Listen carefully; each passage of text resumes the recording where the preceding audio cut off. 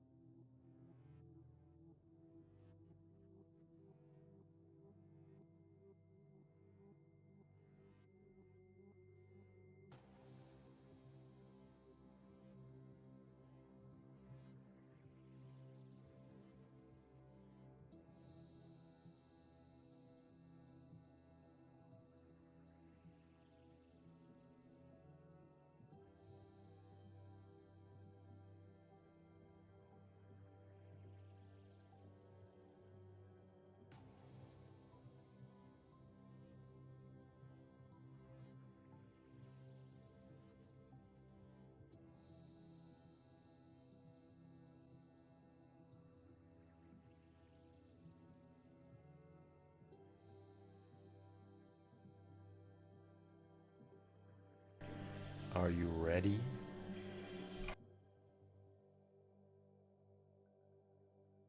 Three, two, one, two. Hello! Welcome. Thank you for tuning in. This is Randroid's Dojo. Alright, we're going to do some vibe coding today. We're going to do some game development today. You're looking at my background. Let's see. There's the full cam. What's up? All right.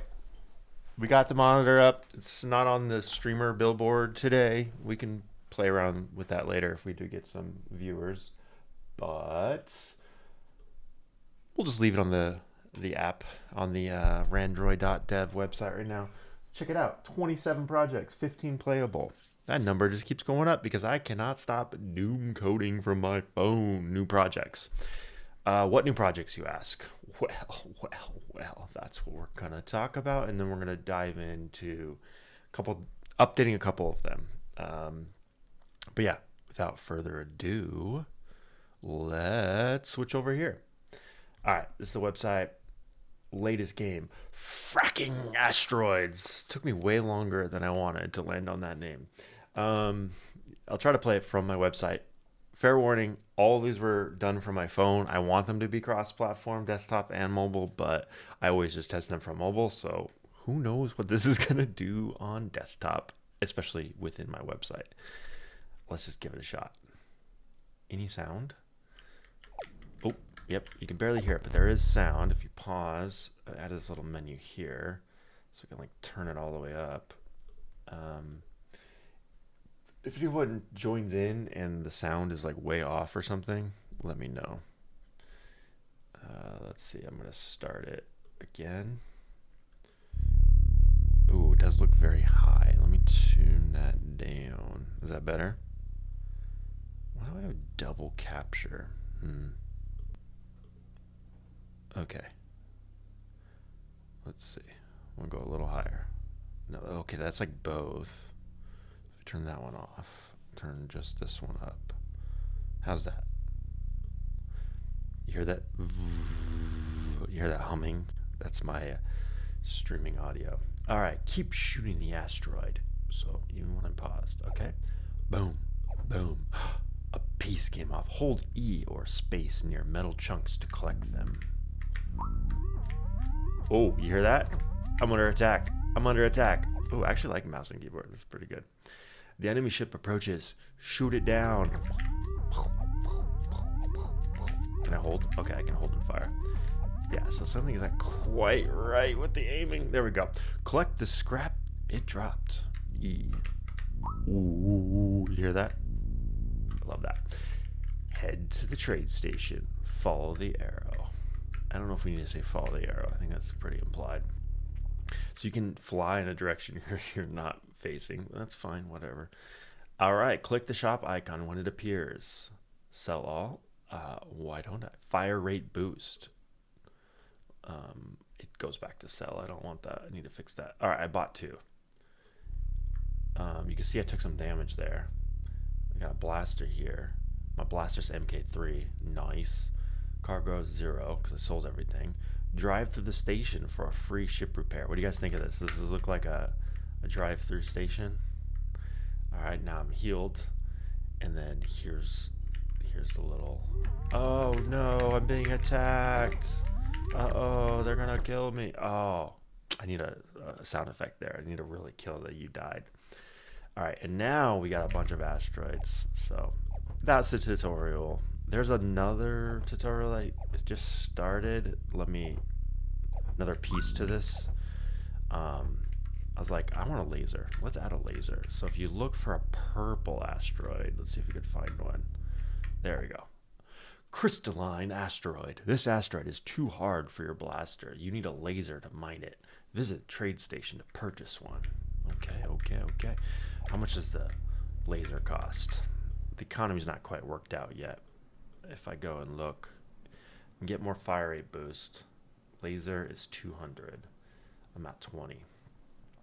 All right, we better destroy some of these asteroids. Ooh.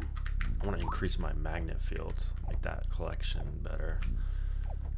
Sometimes you don't get stuff. I'm trying to figure out, like, should it be more deterministic, or is it okay to be random here? There's only like 2 types right now. There's silver and golds, and then that crystalline, which we'll mine in a second here once I get my laser. But what are you guys thinking of this game? I feel like I want to keep building this one out, but I don't know where it goes from here.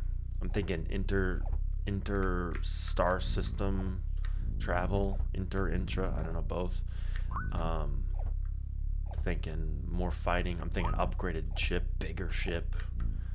bigger guns, fast travel. I don't know. Like, I gotta figure it out. I'm thinking about redoing the start of the game, so you start out with like all the upgrades, a massive ship, and you're just dominating, destroying fleets of enemies, and then something happens that kills you, and you get stranded in a single star system, and you lose all your upgrades, and then you go through the tutorial like this or something. That's kind of the idea. I haven't quite figured out what the massive complete upgrades would be. Oop, that's a bug. Yeah, sometimes stuff gets stuck. Like, I've seen it with laser blasts as well. If they like bounce off your ship or something. Not quite sure what's causing that. Alright, what do we think? We got 11 silver, 5 gold. Is that enough? We'll find out. Yeah, I know, pretty basic economies. You know, you sell those resources and you get scrap, and then you use the scrap to upgrade. Maybe we need more to that. It is single player, but maybe there's some kind of like other character that buys stuff, or black market. I don't know. Give me your ideas. Let's think about this. That's a little black hole like little art in the background that I had it add, but doesn't do anything. Maybe we could do something with that. Maybe that's how you get to another system.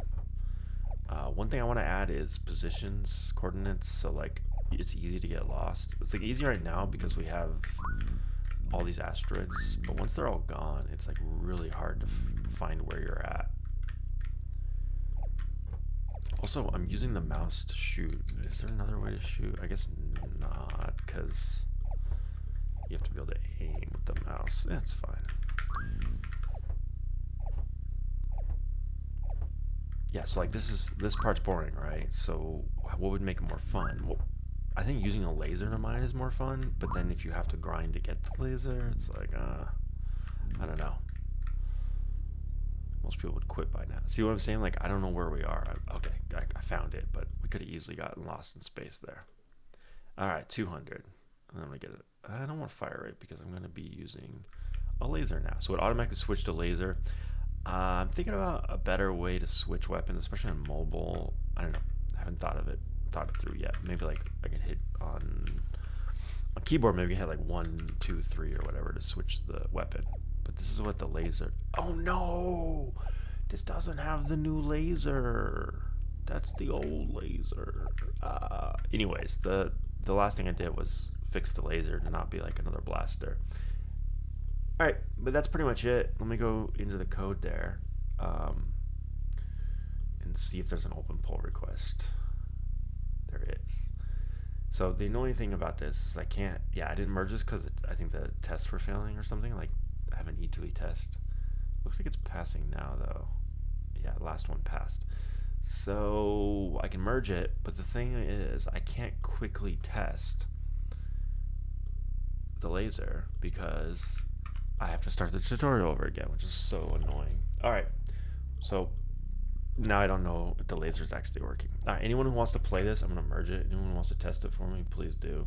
I did test it, and it looked like it was working really well. Like it would actually heat up, and then just so it would fire a straight beam, and then you would see like how much energy you have, and then it would overheat or whatever, and then you had to wait for it to go down. So I really like that. It worked out really good. But it's like super OP. You can just blast through asteroids. You know what I was supposed to check if there's any lag. Looks like the streams are fine, but let me know if you guys see any issues with the encoding.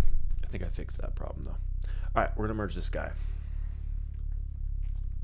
The reason I do pull requests and not trunk-based development is because I do it from my phone. But I'm gonna do some from my actual laptop today because we're gonna jump over to another game. We're gonna jump over. By the way, do you hear the humming? It plays across tabs. I need to figure that out. I don't know why it does that. All right, the next game, we'll kind of skip over this one. There is one more game in here that I did that you haven't seen yet. It's like a software development sim. I made this because I made it open source like all my projects, but I actually locked down main and asked people I know to like contribute to it to see if anyone would want to practice the vibe coding. One of the cool things about it is it has like extreme CI, so continuous integration, where it does unit tests, smoke tests, code coverage, mutation testing. It's just like, the idea is like how automated can you make the QA? But I mean, it doesn't do much. You can see the clock ticking away in near real time. I don't think you can slow it down to complete real time anymore. And then I recently upgraded this to be like 1,000 times speed or something. There are some glitches still when you have a lot of people, like you can see the overlap. But the idea is that they're building software. It's day one. It's supposed to be like 30 seconds to get through a day. I don't think it's quite right. I think it's still too slow. The one thing I did spend a lot of time on, just to see if I could, is the typing. Look at how good their typing is in the chair. The chair needs to move faster. And it's like, I don't know, it shouldn't move by itself. Maybe they need to push it out. But the point is they're sitting properly in their chair. And believe it or not, that was actually took a lot, like 18 commits, even more than that, because I had to come back and fix it to get the hands to line up better with the keyboard. So it's such a small thing, but and I think it's supposed to be the water cooler, but then they like walk through it to leave for the day. So I don't know. There's some graphical stuff to figure out. But the game itself, okay, we're on day 3. I think day 1 is just glitched, where it like actually takes 2 days. I don't know. But yeah, this is what they're building. So I chose this shop app. So this is coming soon. It's on the phone. I don't know. We could do a lot of stuff with this, but it's not really. It's like my other voxel-based game that looks similar graphics. The one that's like little computer people, Mikasa es Sukasa. Except that one is online and everyone gets their own save and stuff, or their own, like, you can visit other people's houses. But it's more of a passive game. So even that one though did evolve to be more of like a Tamagotchi style. So I don't know. If you haven't played Mikasa es Sukasa in a while, you should check it out, because I do think there is something to that one. I don't think people have quite gotten what I was aiming for. Like, I don't know. I think some people might understand and get it. But like, let me just like show this one off real quick. So always Z fighting in the kitchen. There's Z fighting everywhere. I've fixed a lot of it, but there's still going to be some Z fighting, and that happens because there's just not enough space. Yeah, there you go. So if you make this room bigger, it fixes the Z fighting. But this is just so cool how you can resize it, and other than the Z fighting, it just kind of works. A clock is the second game this is the first game that I did a clock in. My character sleeps, so I can tell it to go eat. A little glitching through the bed, a little glitching to the bottom stair, a little glitching to the stair when you transition. You could actually move the stairs now.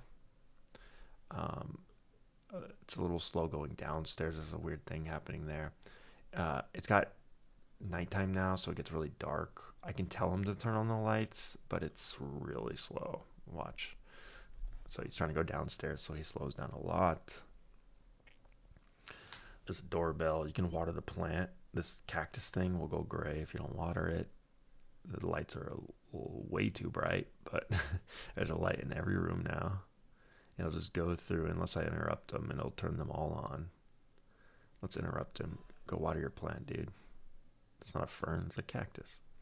Anyways, you could, tell him to go take a shower or whatever. But you can see, like, I don't know, I think red means bad. I think he's hungry. He sleeps okay. His hygiene's okay. He needs fun. And then there's money. I don't know what to do with the money. Anyways, and then this is interactive. You could give it. There's like secrets like giddy up, and then it'll like go put on a hat. And so you can add hats. You could certain keywords will make him go eat. That's before I added all these to make it really obvious how to do those things. But yeah, now he's wearing a hat. Like, there's so much we could do here. And this is my character. This is Randroid, but you can actually play. You can't see it here, but if I were to open the path, you would see it's like me casa esukasa dot versel dot app / Randroid or whatever. But you can go to anyone / John, whatever, and they'll get their own randomized character that they can treat like a Neopet. Anyways, that was the idea. The one that we want to actually work on in this session, though, Epoch, I kind of got bored with it. It's kind of run its course, but you can actually play a complete game. It's kind of like an RTS, but meant for mobile mostly. And it's some cool animations. It's kind of boring in the early stages. Just got this tutorial. A lot of people didn't understand how it worked, so lock in. I get some extra energy. The energy actually is like for time travel mechanics, where you can rewind things. I haven't fully fleshed out how it works, but they're technically in the game if you want to mess around with it. Gather resources. There you go. I'm just going to go to the tutorial. Skip that. And then I added these little upgrades where you can choose. I thought that was pretty cool. So I want new drones. So I got 2 new drones. I've built my first sentry. You can actually tell him to attack all the way across the map, and now he'll go. This is the temporal thing I was telling you about. Echo. Ooh, that's pretty cool. It's pretty visually. That's pretty cool. So that tells me there's a building there, is what that told me, which is just where I happen to attack. So that's pretty cool. I'm gonna make this drone builds a watchtower. I don't know. Oh, I ran out of time. You're supposed to be faster. The idea is to like stop people from sweating too much by giving them a time limit, but then I guess that makes people more sweaty. I don't know. I haven't quite figured it out. Build a tech lab. You can do upgrades. Let's see. Build another extractor. Oh, barracks. We already have a barracks. No, I want to build another crystal extractor. Lock it in. I was hoping to get to combat, but it kind of takes a while to get going, honestly. And this is the easiest AI. You have to beat the easiest. I don't have enough minerals, whatever, to build the tech lab. I screwed up the order. This guy can't gather because it's not ready yet. All right, I'm just gonna train. There we go. Train somebody. Okay, so there's a new crystal over there. If I have another drone, I can go build another crystal, but I need to gather now that this one's built. So you gather. Not close enough, but if I say, what about this guy? He's close enough. This one. There. Cool. This guy, you can move. Let's see. Go build over here. Sentry needs to go attack. Boom. Lock it in. So he's moving over there. We'll eventually see some enemies. Skip this. All right, I get TE per epoch, so extra, time travel stuff. One command slot. That's all we want. Now we can do 3 commands. So let's do a research command, which I think gives us another slot. I'm not sure. A train and arc ranger. I did 2 researches. I don't know if that even works. Doing 2. We'll find out. Okay, he found an enemy. So can't really tell like what kind of enemies are what, but something I can work on. It will auto attack, I believe. So like this guy should stop and he should start attacking this guy now. Let's see if that works. Zooms in on the fight. He moved. And then he got shot.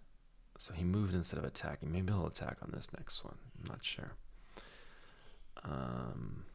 Let's train some more guys. Let's go crazy with the arc rangers. Okay, I don't have enough to do anything else.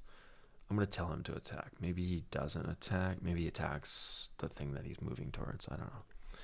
We'll find out. So those guys are moving. This guy, I don't know why he's moving up there. Okay, those 2 are going to kill each other. I got another ranger. There's this thing called merge. So I want to merge with the other one, but they're like moving across the map. So let's see. You need to build a tech lab. Did we not build that already? I'm pretty sure we already built that. Did we? Maybe we didn't. No, we did because we're doing upgrades. I want to build another crystal extractor, but it's too far away. Okay, there you go. Go over there and build it. And train another. Oh, I didn't train fast enough. Too slow. Chrono crystals, flux, advanced resources. Okay, we're going to do flux. I don't know what's what. Can I train to... Oh, a phase walker. Ooh, we're going to do that, whatever that is. Another research.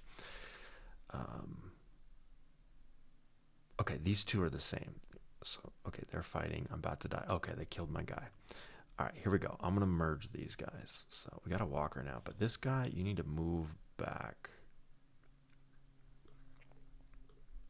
You move. I don't know what happens if they move to the same space. We're about to figure that out.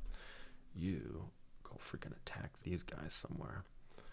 And then train a temporal warden. Don't know what he does. Yeah, a lot of people are saying that like they don't know what's happening in this game. There's a lot going on, but I mean, it's better. Like I definitely have more tutorial stuff now, but yeah, it needs work. Ranger merge. Now we can merge these 2. Now I haven't quite figured out the merge like economy yet, because can this guy gather now? No. Can he build? No. Okay, so what are you supposed to do, dude? Let's just go over here. All right, these guys merged. So what I mean by economy is that like you make the guy more powerful when he's been like, see, now he's at 2x, but he doesn't get 2x the power. So I guess the advantage of this, at least in the earlier version of the game, when it was harder to control individual units, I guess it still is, right? Like you can only do so many commands per turn. Well, I think you can attack as much as you want. But yeah, I haven't quite figured it out. Fork, that's a temporal effect. Let's see what it does. I don't know what it does. We'll see if fork does anything, guys. Whoa. So he's supposed to be more powerful now because he's merged, but let's see if he can kill that guy. Rush build, so structures are instant, CC 3FX 1, balanced resource and feed. I'm gonna just take the resources. I'm just gonna keep everyone at the base. I'm gonna train everybody, and then I'm gonna merge everybody. Oh, so I can't do anything there. Can you build now? Let's see if he's close enough to build. No. Dang it, I need to make that so you can just go build next to it. What is this thing? I gotta build this. Build, oh, a shield. Chrono Spire. Cool. I don't know what that is. We're gonna build it. I don't know what half this stuff is.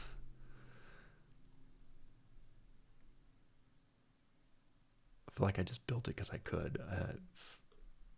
Need to get better at following through on these games. Okay, Surge, that lets you move a lot faster across the map, but I want to merge with the Arc Ranger, so I'm going to do that.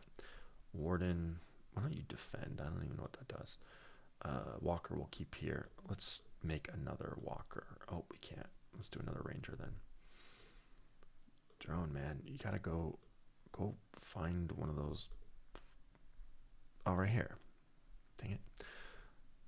I want him to build. Skip. I want him to build this guy. I want you to build Crystal here. There we go. Finally. Train another Ranger. Merge these Rangers. I want to see how powerful this guy gets.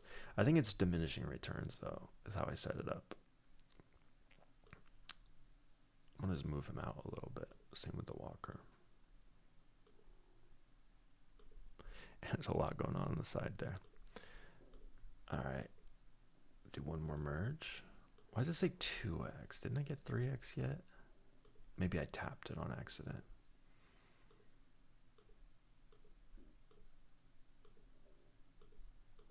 All right, let's see. Is there battling going on? I don't know. This guy's gonna kill me, right? Who's this? Let's fight. Unit HP, shield. All units gain shield. Ooh, I love that. Let's need that right now. About to get destroyed by the basic AI. All right, this guy, take him out. You're a Walker. Take him out. This guy's, he's still only 2x. That's weird, right? Like, shouldn't he have been more? All right, we're gonna surge across the map. Can we do that? I don't know if that even worked. Surge. Oh, you have to choose. Okay, there you go. You're gonna move really fast over there. And you are gonna train another Arc Ranger. We're just gonna go crazy with Rangers. Whoa, they're all moving together. So it's not actually merged, or maybe they are. Oh, that was the surge. That was the surge animation. I thought there was a bunch of guys merged. All right, I'm gonna keep you there because I'm gonna make another Ranger. I'm sure there's shortcuts. I can't remember if I fixed those or not, but we're just using the mouse. This guy is surrounding me. I'm freaking I'm dead, dude. You know what we should try to build? We should try to build shields, or let's not merge these because they're weaker when they're merged like that. Like I said, that economy is not quite figured out. I need to zoom in to see who I can attack. Oh, I can't move that window. Dang it. No. All right, attack that guy. Train. What was I gonna do? Oh, I was gonna build. Give me a drone. You know what I need? I need to build a drone. Build another anchor set. Ooh, friendly crystal. No, dang it. There's just too much going on, and I can't move fast enough. But imagine if you learned all the stuff you can do and got good at it. All right, these guys need to attack. You're gonna attack him.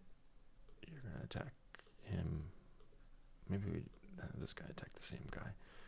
You are a drone, right? No, you're a warden. Okay, so warden attack. I don't know if they're auto-attacking. It might just be sitting here dying. You're a drone. I want you to build a watchtower, maybe? Let's see if that's a defense thing. Should be.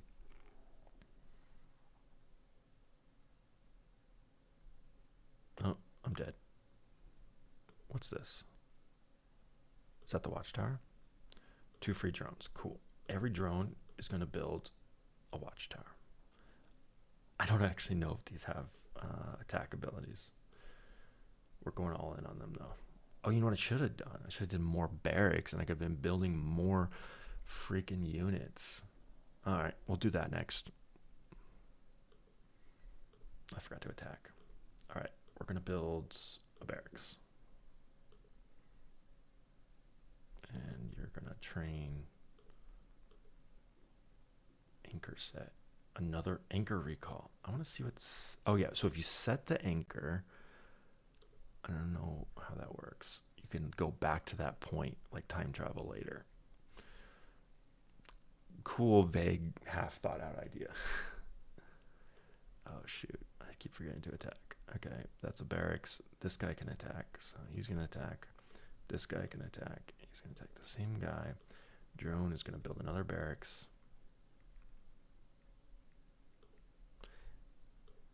Train, lock it in. They're not close enough to attack yet. Oh, that guy died. So did we, though. Did we find out what the watchtower did? I feel like we didn't. Attack. Oops. This guy. Alright, I feel like we're finally taking them out. We're going to do one more watchtower because I didn't actually see what those did. And then a barracks. Alright, I feel like we should have a ton of barracks now. Let's see how much we can train. Arc.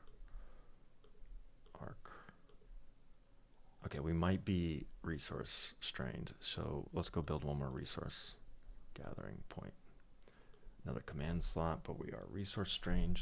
We'll do attacks first. Those matter the most, unless they're still moving already. They're probably not there yet. Okay, we're gonna build a crystal thing over here.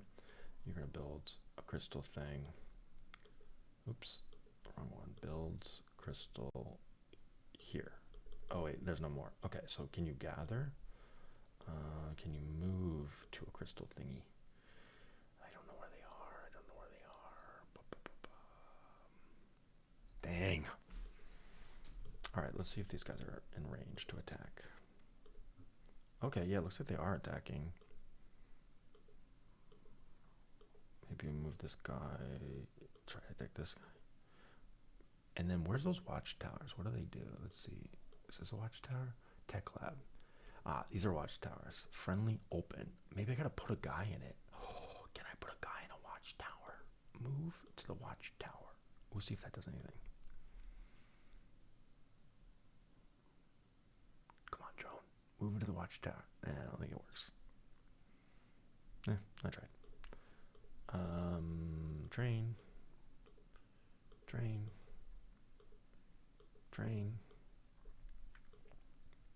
Now we're cooking. Attack. Lock it in. Did my drone die? The one I sent to go build another extractor? I think it did. Dang it. I might have to build a drone. Gotta get these guys off my tail. Get out of here. I wish this would show me enemies. I need to fix that. Because I don't know which one of these guys is supposed to be an enemy. Let's do a drone. Another arc ranger. Lock it in.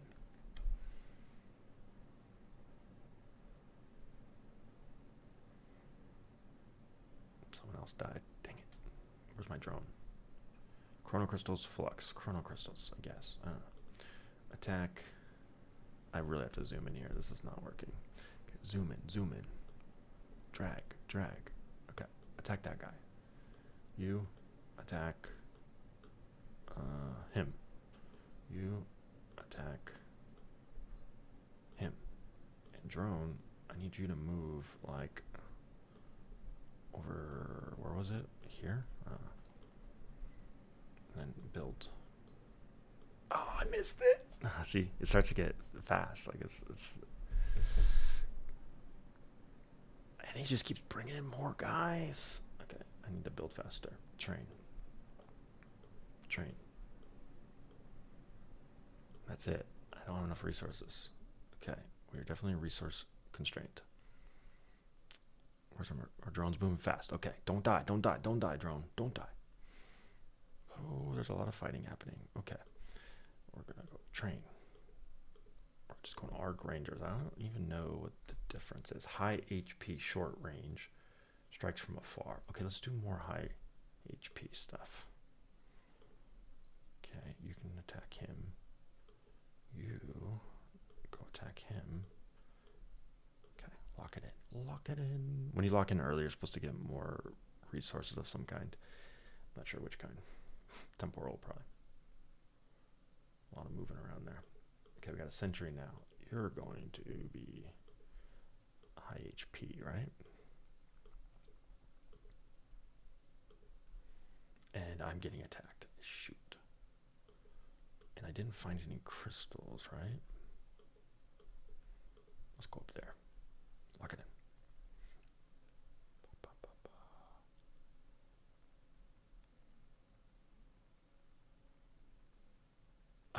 Killed my drone.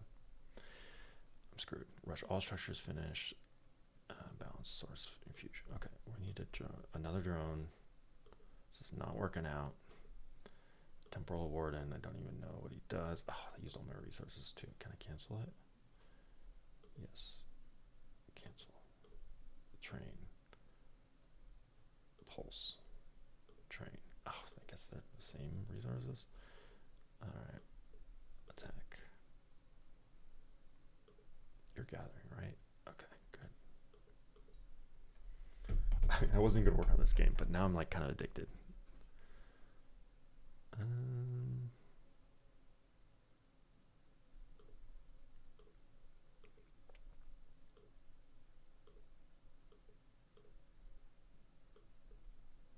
can't tell if I'm making progress. I feel like I'm not because I don't have any crystals. Let me see if I can find. There we go. Here's one. You build crystal here. There we go. You know what this needs to be? Voice commands. I'll be like, drone 7, build crystal at A64. No, that'd be too hard. Okay, you're attacking that guy. You're attacking same guy. Let's just get rid of him. And then you are gonna go attack somebody else. This guy. And I'm gonna build. Train. Still only 2, because I probably only have 2 barracks. I need to build more barracks. I thought I did, but yep, need to build more barracks. And this drone's gonna cut right across traffic and die, I bet. We're gonna attack, and then we're gonna do,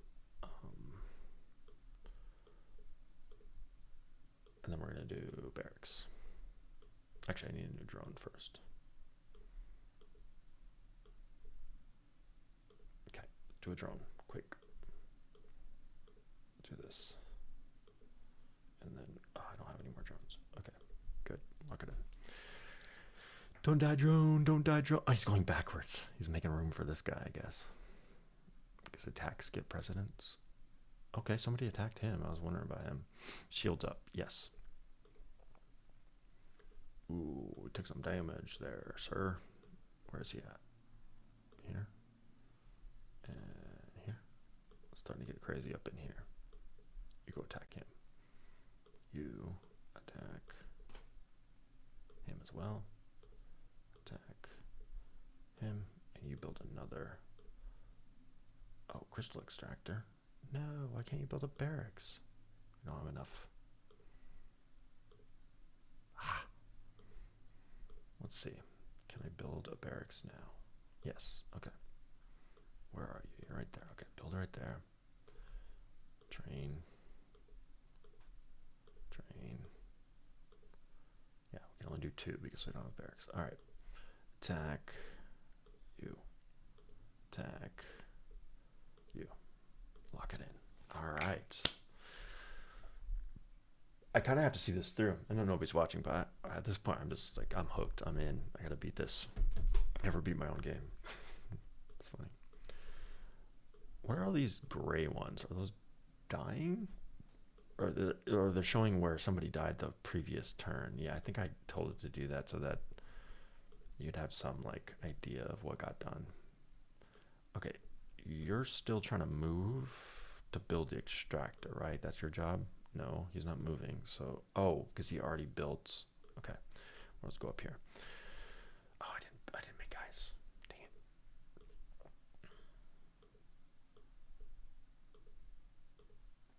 Okay, we're gonna build another. No, I don't have enough for barracks. Are you serious? Keep moving up, I guess. Oh, you know what we should do? I don't want to train a drone. What we should do is we should build a barracks near the other guy's base. That's what we're going to do. And I don't think this guy is going to get there, man. He needs some backup. He needs some serious backup. Okay, we'll do 3 drones. And you guys need to give the drone backup because he is dying over here. You know what? We're going to move towards the enemy's base over here. You, same thing, but bottom. You, where are you? Build. Maybe you can just build a barracks wherever you're at, dude. Cool. Ranger, attack. build, train. Ah, didn't get it in time. Train. Everybody's got their jobs. Train. We'll go Arc Ranger this time. Ooh, we have 3 barracks now. Okay, good. Now we're cooking. We'll have a 4th one next turn, I think. Ooh, that drone needs to go higher. He's going to get shot. Ooh, that's a long attack. They can shoot across there. He is a ranger. Someone go kill this guy. 2 guys. Sentry. And then where's that drone going? This guy. You know what? Why don't you go a little higher, dude? And then you train. I don't have any energy. Need more. We need that extractor, but my drone died, didn't he? Yep. He keeps dying. All right, how many? So I don't have enough energy. So now I'm resource restrained again. Dang it. I should be able to do 4, but I don't think I have the resources for 4. I don't. You're trying to move up here to get out of the way.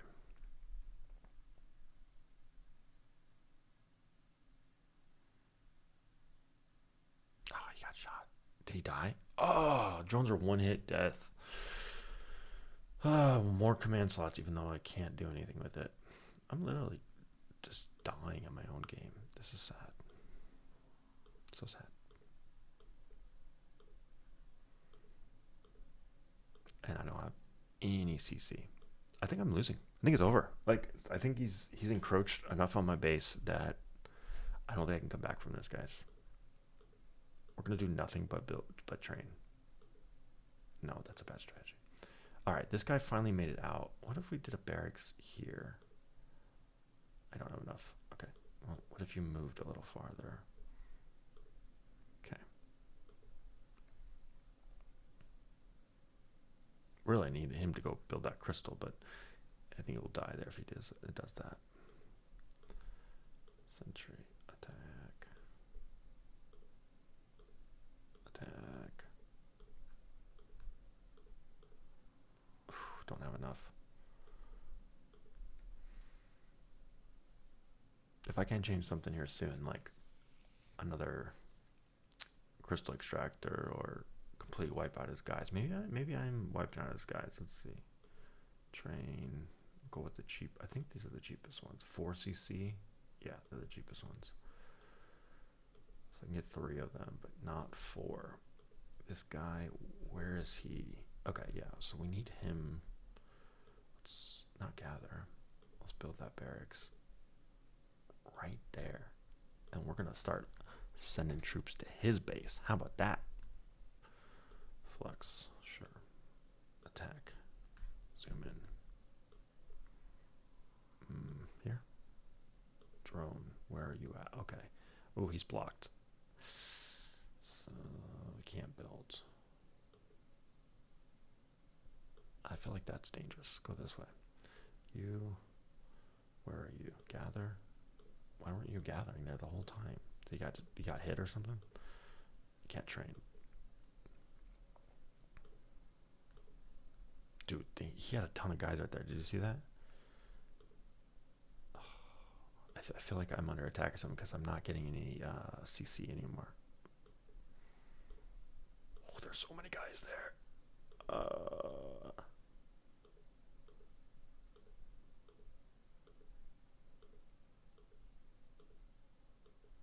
Okay, we got 4 that time. We got 4.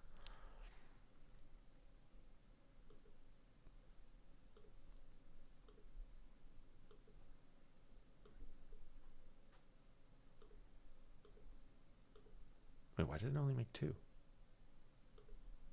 Oh, maybe it lets me make more than I actually have barracks for. That's annoying if that's true. All right, I'm gonna save. I have no CC. I'm gonna save for another barracks.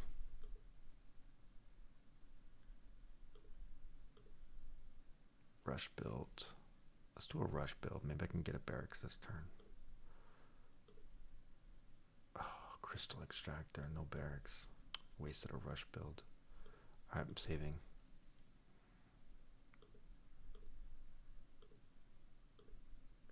Now I can do a barracks right on his base.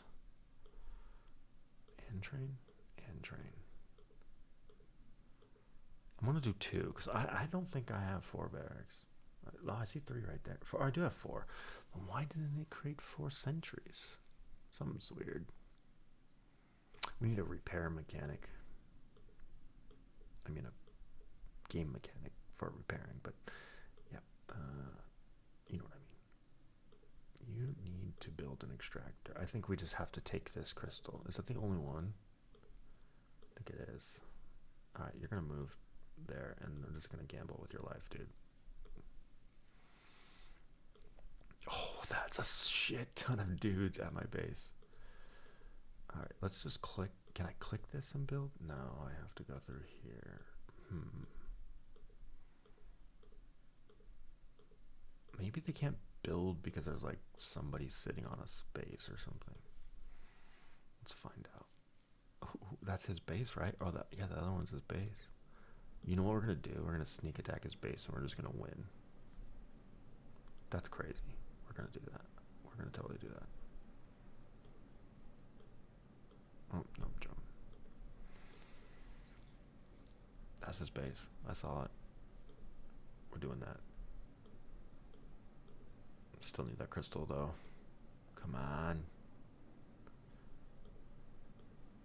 Oh, we got no crystals. He must have destroyed my guys. Oh, I can't build there. I'm dead. I'm freaking dead. I'm going to try anyways. It's going to be a failure, but... Oh, there's another one here. So they destroyed my other extractor. That's what happened. So I have both of them are destroyed. Yeah, so I have no CC. Luckily, you can always build extractors. Fortified drones. There you go. So I can build an extractor. Oh, I should have took the 3 free drones because now I have nothing. Okay, if he destroys all your drones and you're out of CC, you're screwed. All right, I'm gonna let him beat me. I mean, like I should quit. I freaking lost. GG's. But you know what?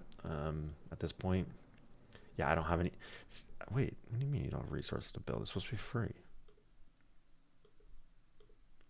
Why can you not build? I'm confused. It won't let me build here. Oh, maybe after it's destroyed you can't rebuild. That seems like a bug. We're gonna try anyways. I don't have resources to build. Do you get like 2 resources every turn or something? I died. The weakest... Okay, it was just under attack, but the weakest AI just destroyed me in my own game. It's kind of fun though. Like, defend, I guess.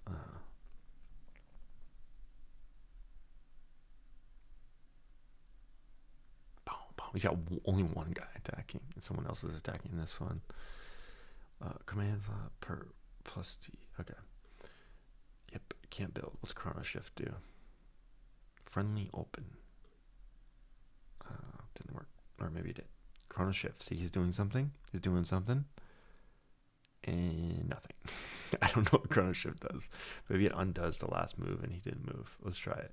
We're going to figure out the game while we die. Okay, move. We should probably just end it at this point, right? If you can't make an extractor. Well, that's a bug. You should be able to make an extractor.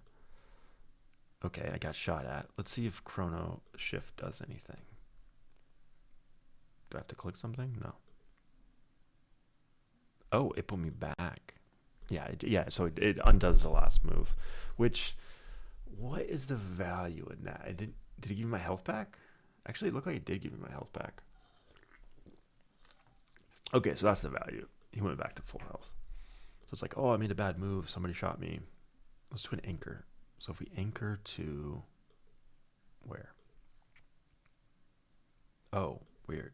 It just anchors. I don't know what that does, honestly. Echo. Echo will find his guys. Not that I need them, or his bases. Or the resources. I don't know. Something. Mineral vehicle. Shit, what's MVE? Can you just kill me already, dude? Okay, I have. Okay, cool. Now, okay, yeah, I just didn't have enough. See, that's weird. You don't have to have any CC to build, but it wasn't letting me build. An extractor. He's gonna kill my drone. Oh, that's the base, not the drone. Well, the drone's dead too.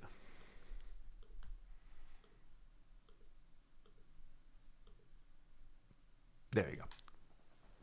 I lost in my own game. Can you believe this? Epoch 74 timeline collapsed. I don't know. There's some fun there.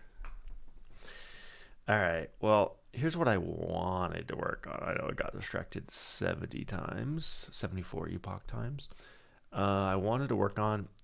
Get distracted again. I fixed this. Somebody told me that I had a problem. These are C sharp, not C. I also added quiz mode, so you can learn Twinkle Twinkle. Oh, wrong one. Wrong one. Wrong one. Twinkle Twinkle, little star, how I wonder what you are. Twinkle, twinkle. I can't hear it. I don't know if you guys can hear it. Yeah, okay.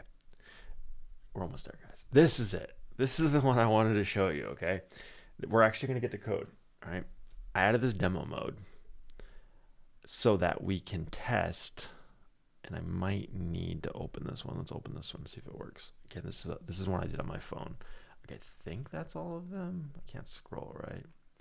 All right, demo mode is so we can get Claude to actually figure out poses and how this rig works, so we can actually get it to add new punches and stuff. So like I have a right punch that ends too early. Do you see that? It doesn't follow through. I have a left punch that's really just like a, nothing.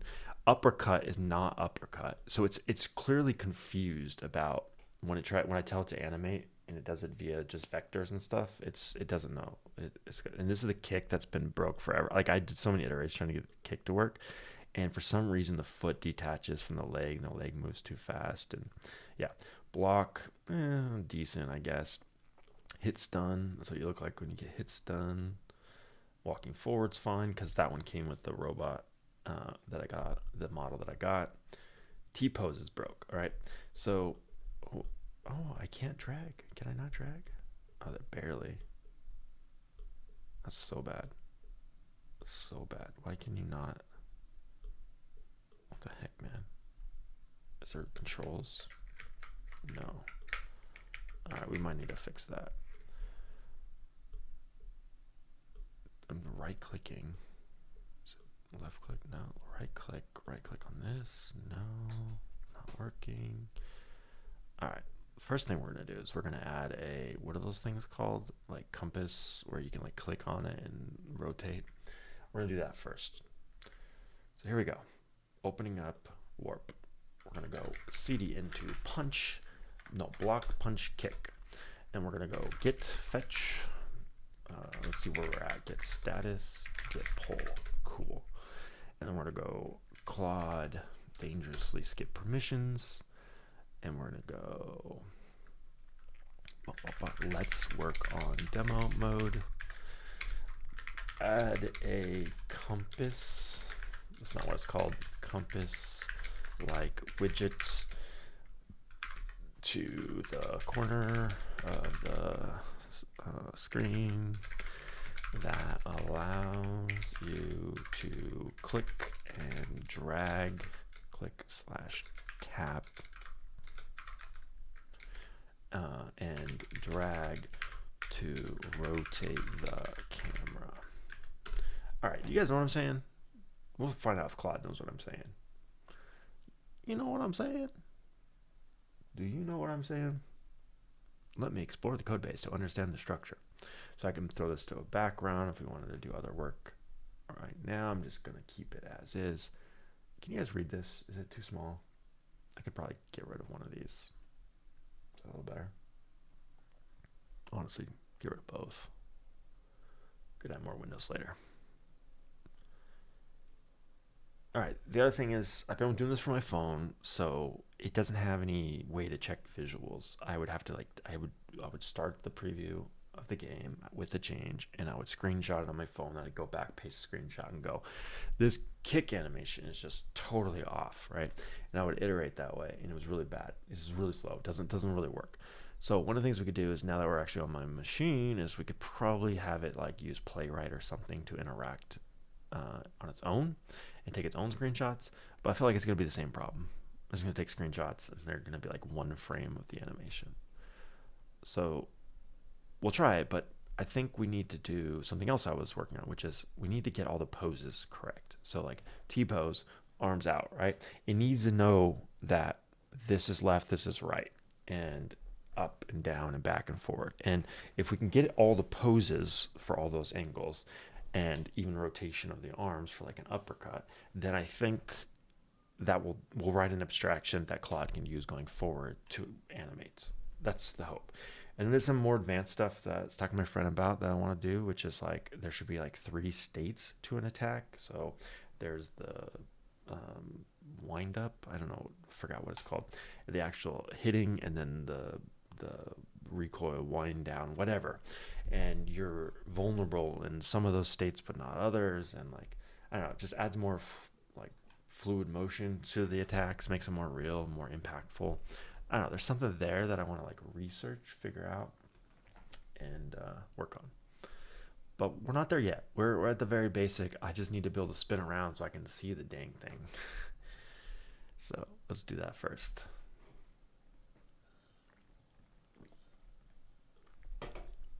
So I'm looking at chat. I don't see anybody in YouTube or Twitch, but if you are there, I apologize for not responding. I think it's empty. Top chat, live chat. Okay, well, that should help, but there's nobody here. I'm not logged in. That's fine, right? Anyways, if you pop in, say something, I will try to respond this time. Last time, a couple people came in and I missed it. Yeah, last time we were actually playing games on that. Some PlayStation 1 games, Bushido Blade 2. If you want to see more of that, if you want to actually see some gaming, let me know. All right, so what is Claude doing here? Claude's updating our game.js. This is an HTML5 game. It's using JavaScript, not even TypeScript. I feel like if I were going to go full on with this game, kind of like I did Epoch, or like I want to do with Fracking Asteroids, I probably would put a little bit more into the coding practices, maybe use types, type checking, and the CI, all that stuff. This one was just kind of thrown together to see if I could work on this simple idea of combat where you can block, you can punch, and you can kick, and just see like how close we could get it to like a fun brawler. It turned into more of like in a boxing ring, and just like more, it's, you know what it looks like? It looks like Rock'em Sock'em Robots is what it looks like now. And the head actually I think does pop off when he dies. It spins around. I think it pops off too. All right, so it said it did it. And then it says you can test by opening localhost. I was just going to tell it, I was going to say, hey man, why don't you open up the browser for me? But it's one step ahead. Boom. Demo. Okay, what did we do? Oh, compass. Where's the compass? Oh, you can slow down the speed. I forgot I added that. I'm not seeing the compass. You guys see the compass? Does anyone see the compass? I don't see the compass. We're gonna go back here. You know what? Before we do that, let's see if we can install the browser MCP. Not that guy. Do I have it? Extensions. Add extension. Browser MCP. There we go. Add to dia. Connect. Okay, and we're gonna go get started. No. All right. Oops.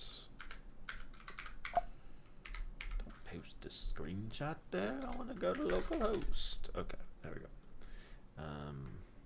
Let's see. Does this version of Claude have it installed? We'll go in /mcp.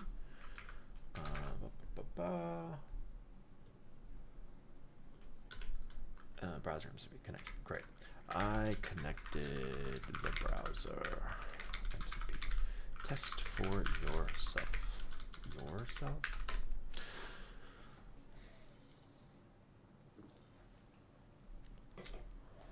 Invalid type. Expected string. Received undefined path element. Message required. Demo button. So I was trying to click the demo button. I don't. It's. Here we go. It went home. Ooh, you can see its mouse cursor. I forgot it does that. Yeah, this is why I like Browser MCP. I use Playwright for testing stuff, but like Browser MCP navigates your window, the thing you have logged into, the thing you have on your screen. Okay, so it went to the demo. Hopefully, it now realizes its mistake and doesn't see the compass. No errors. The snapshot doesn't show the canvas element. The issue might be that the page was cached. Let me force reload. Oh, I didn't even think of that. It's true. Could be cached. Well.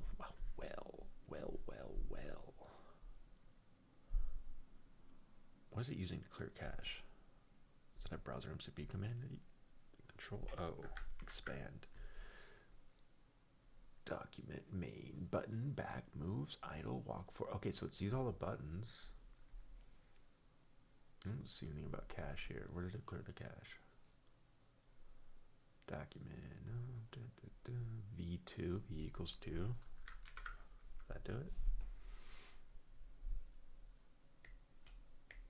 Okay, it's clicking a button. So did it figure out the cache thing? Yeah, I don't. Oh, it was cache. It's right here. Cool. Let's see if it tries to move it. Doesn't look like it's gonna try. Maybe that's too hard for it to do. The demo panel takes up 20 VH at the bottom. Oh, the widget is a bit small, partially obscured by the demo panel. Let me also verify interaction works by using the browser to click on the compass. Okay, so it's gonna try. It's trying to click. Moved it here. That's cool. I kind of want it on the right side, but whatever. Not picky. Not picky with my vibed code. Compass is now positioned nicely. Let me test interaction. Yes, please. I don't see you testing interaction. Click back to return to. There's no JS evaluate tool available. The compass looks good visually. Let me verify the logic is correct by rereading the key interaction code to make sure the angle math works properly. This matches the camera orbit convention. Let me also make sure the compass is hidden when going back to the title screen. The compass is still visible. It fixed it already. Took a screenshot. Compass is still showing. No, it's not. Oh, maybe it's like really faint in the background. Looking at the screenshot again, the title screen overlay isn't actually showing. Yep, exactly. Compass widget is implemented and working. Here's a summary. Please figure out a way to test it yourself. I want to see you use the browser MCP to rotate the camera for me. This is not necessary. I mean, I'm not. The problem is not the camera angle. Well, maybe if we want to say like go test the T-pose and have it, rotate the camera and check its work, then I guess it does need to be able to rotate it. So if it can't do it through the browser clicking, we can always add some kind of API to control the camera through.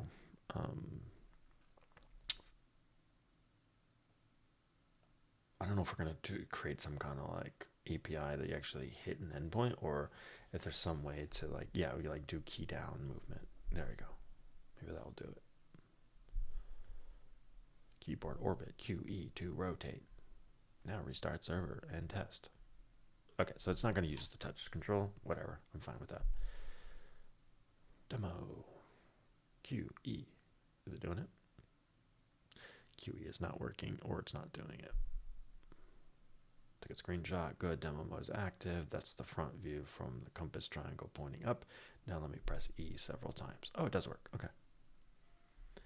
Is that compass right, though? I guess. Ooh, now it's pointing down. What's happening? Oh, no. I guess it's just rotating. Okay. Cool. So it's working. All right, so this way it can test its own T-pose. Perfect. Now test the T-pose and tell me what is visually wrong with it. Cool. Robots are taking over the world, guys. Next thing, it's like logging into my bank account, transferring money to some crypto scam.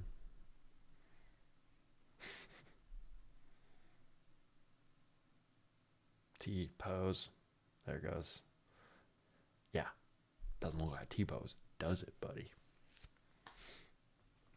Good caption. Change to T-pose. Let me rotate back to front view and take a screenshot. E. E. E. E.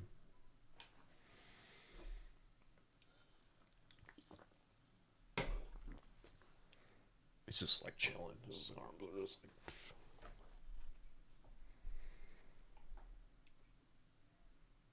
Now I can see the T-pose from more frontal angle. Here's what's visually wrong. The arms are not fully extended horizontally. In a proper T-pose, both arms should be straight out to the sides at shoulder height, forming a perfect T-shape. Instead, the robot's arms appear to be angled slightly downward and forward. They're partially extended, but not reaching the clean 90-degree horizontal position. The upper arms show to be pointing out at roughly 45 to 60 degrees rather than a full 90 degrees from the torso. Let me look at T-pose code to see the quaternion values. Looking at the T-pose from this frontish angle, the visual issue is clear. The arms aren't extending, blah, blah, blah. The out direction for T-pose uses 0 minus H0 right arm, 0 H0 left arm, a 90-degree Y rotation composed on top of the idle pose. The problem is likely that the idle upper arm bones already have significant rotation. The robot's idle has arms hanging to the sides with elbows and composing. This is a pre-existing issue. I want you to systematically understand the default idle positioning and account for it in our poses. Build a proper abstraction to be able to create any pose we want.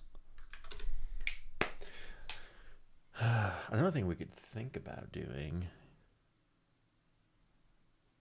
is like somehow, and I don't know if this is even possible, but like somehow exposing the bones, like the nodes, and making them clickable and draggable, and like have it interpolate my dragging of the arm to actually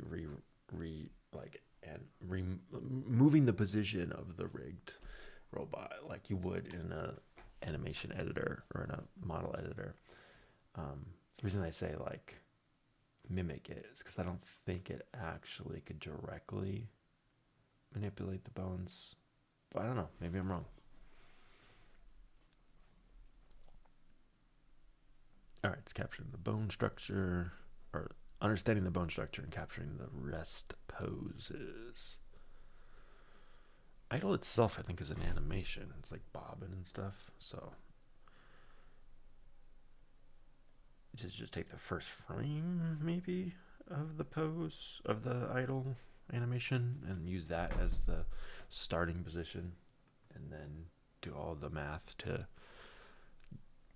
manipulate the arms out or whatever for T-pose.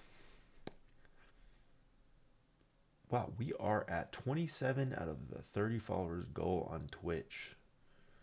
I don't even remember when I set that. It must have been years ago at this point. But hey, if you're watching, if you're enjoying the vibes, more ways than one, why don't you hit that follow button or whatever it is.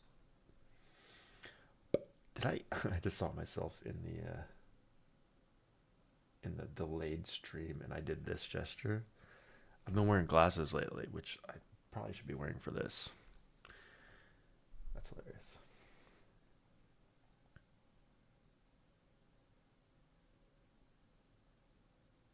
All right, just looking at it. It's gonna be slow. What have you guys all been up to? I've been playing Crimson Desert. Anyone else? playing on that Xbox Alley ROG Xbox Alley X, I think is the name. By the way, this is for longtime viewers. I did a unboxing of that guy, and I said, "Oh, what do I do with my Xbox? No, my ROG Ally, not even Ally X, just ROG Ally, the white one." People are like, "Oh, I'll take it," but I actually ended up giving it to my niece and another subscription to Game Pass, um, which I buy for her whenever there's a game she wants to play. Like last time I did that was like Diablo. But yeah, I don't know what she's using it for today. But yeah, she got that. And then we also did a not Secret Santa, but one where you draw names and you switch. No, you don't draw names. You like pick a gift and then you can like trade it. What is that one called? Anyways, we did that, and I put a Switch 2 in that guy. So my nephew ended up getting that. And then the other nephew got, I think he got a box of Pokemon, like a full booster set or whatever it's called, box, which he loves Pokemon. So, but he tore through that and like cards scattered everywhere. So I don't know, probably not as good as the other two, more long-lasting devices. But I was surprised that they didn't fight over it. I mean, they share; it's fine. But yeah, I've been using the Xbox version of the ROG, and it was great. The first week, I wanted to say this. I never did a follow up review or anything, but the first week, I want to say, first couple of days, I don't know. Like I was trying to do all the updates and make sure I had the latest software, and there was this annoying latency. It was so bad. Um, and it was at the system level. It was like if I press a button, it was like glaringly obvious that it was not processing my input right away. Um, and nothing I did could really fix it until it just went away. Like I don't know if I did an update or what, but eventually it fixed it. But I was like, this thing is unusable. It was so bad at first, but yeah, they fixed it. And then I ended up playing a lot of Ball Pit on there. What other games did I play when I first got it?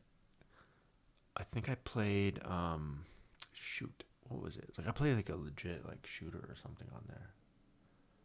I mean, they're not a competitive shooter. I don't play competitive shoot, but like I played some decent graphic games on there.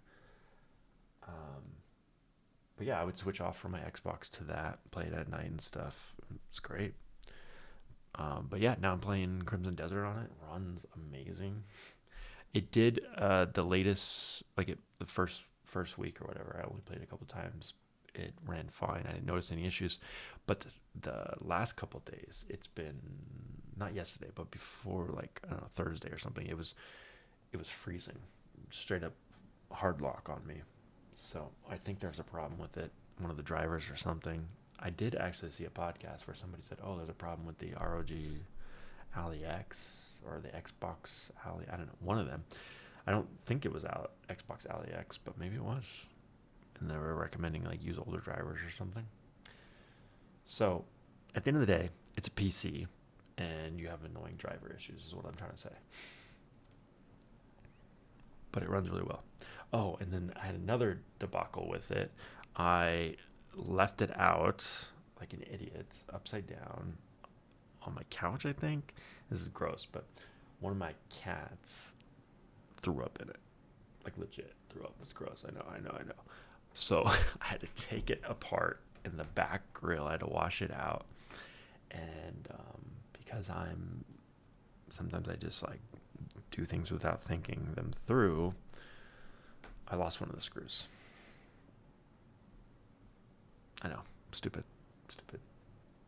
I since then have gotten the Linus Tech Tips. I had the mini screwdriver with the fidget spinner on it, but I never bought the bits. But since then, I bought the bits, and then which is good because the bits I was using on devices like that were like wouldn't really fit into the crevice. So it was really hard to get the thing apart, anyways. But so now I have good bits, and those bits come with like a little magnet on them, so I can like keep my screws safe next time. But yeah, I was like so frustrated because I couldn't get these things back on, and then I realized there was two different size screws, and I was missing one of the smallest ones, and those screws are needed to get the back trigger to actually function. Otherwise, it's too loose and it doesn't make contact. So, anyways, I was stupid. I should have, like, it's expensive device. I should be careful, right? But then I got it back together, and I ended up buying a screw. I ended up buying like a 500 little tiny screws for like $1 on Amazon. I was like, it's ridiculously cheap. But like, I got that screw, put it back together, and it would only work when plugged in. I could not get it to work on battery power. And then it needed an update, a BIOS update, and it won't do BIOS update unless it has like 70% charged, and it wouldn't charge the battery, even though it's plugged in. So I went on like Reddit and was like asking people about it, and some guys just like, you probably have a loose ribbon cable. Take it apart again, whatever. Took it apart again, and the cable was fine, but I noticed there was still some gunk on the actual board, right over the battery where the ribbon cable connects to the board or whatever. And so like I took a Q-tip and got in there, could barely reach it, and got in there with some rubbing alcohol, cleaned it off, and I'm like, I'm screwed. Something's broke. I just was not careful about this. And but no, I put it back together and it started working again, started charging. So I dodged a bullet there. I'm not a hardware guy. I don't have the patience for it. And I have to learn that lesson over and over again. All right. What's happening here? Okay, so it's trying to connect, but it can't. I wonder if the browser MCP? No, okay, it's fine. Loaded. Okay. Clicking. T-pose. Moment of truth does nothing. So it's not applying any transition. Let's kind of read what it did. Capture pose. Okay, maybe it's just doing that to capture logs or something. No. That's much better. The arms are now clearly extended. Barely. Out of the sides in a proper T-pose? That's not a proper T-pose. Whoa, whoa, whoa, whoa, whoa. Wait. That's not a proper. Check. Okay. Am I wrong? But a T-pose is when they're straight out in a T, right? Capital T. It's not just the default idle. Not crazy, right?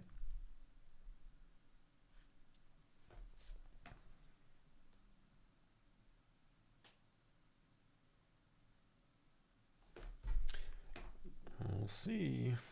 See, he has vision now. I can actually see, and it still gets confused. I was talking, I wasn't really paying attention. Okay, palm twist from rest forearm, forearm twist around arms, compose lower. Yeah, so I tried to add like this abstraction of lower arm, upper arm previously to fix like issues like this. And I think it helped, but yeah, so it's like up, down, back, forward, but all the numbers were off.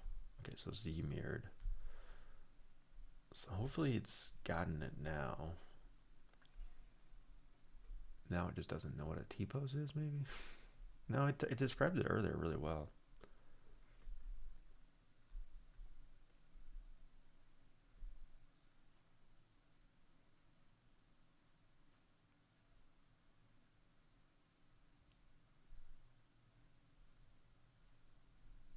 What did it say?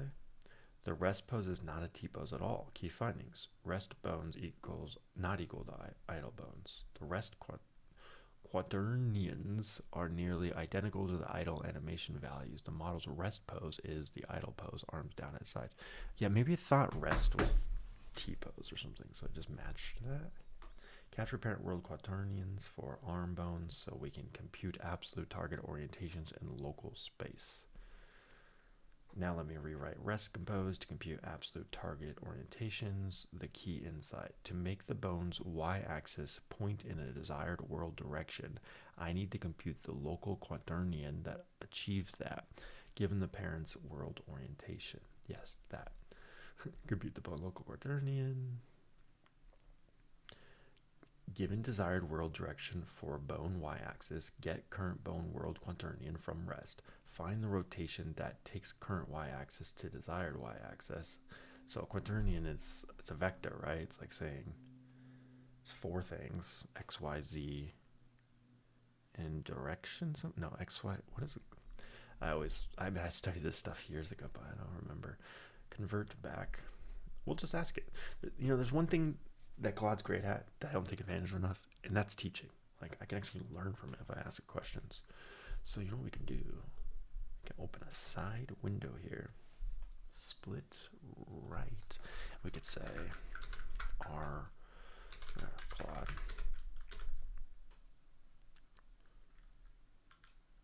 Explain quaternion. I think a quaternion could be any four values, right? But I think specifically in games it means something direction-wise. It's a number system that extends complex numbers. It has the form Q equals W plus XI plus YJ plus ZK, where W is the scalar real part and XYZ are the vector imaginary parts with the fundamental rules. I squared equals J squared equals K squared equals IJK equals -1. Why they matter in game dev. Quaternions are the standard way to represent the road. See, you thought I was an idiot. You were like, this guy doesn't know what quaternions means. And then you go and you freaking look it up. It's just like, how could you remember that if you aren't doing this for years? All right, quaternions. I've never been a math guy.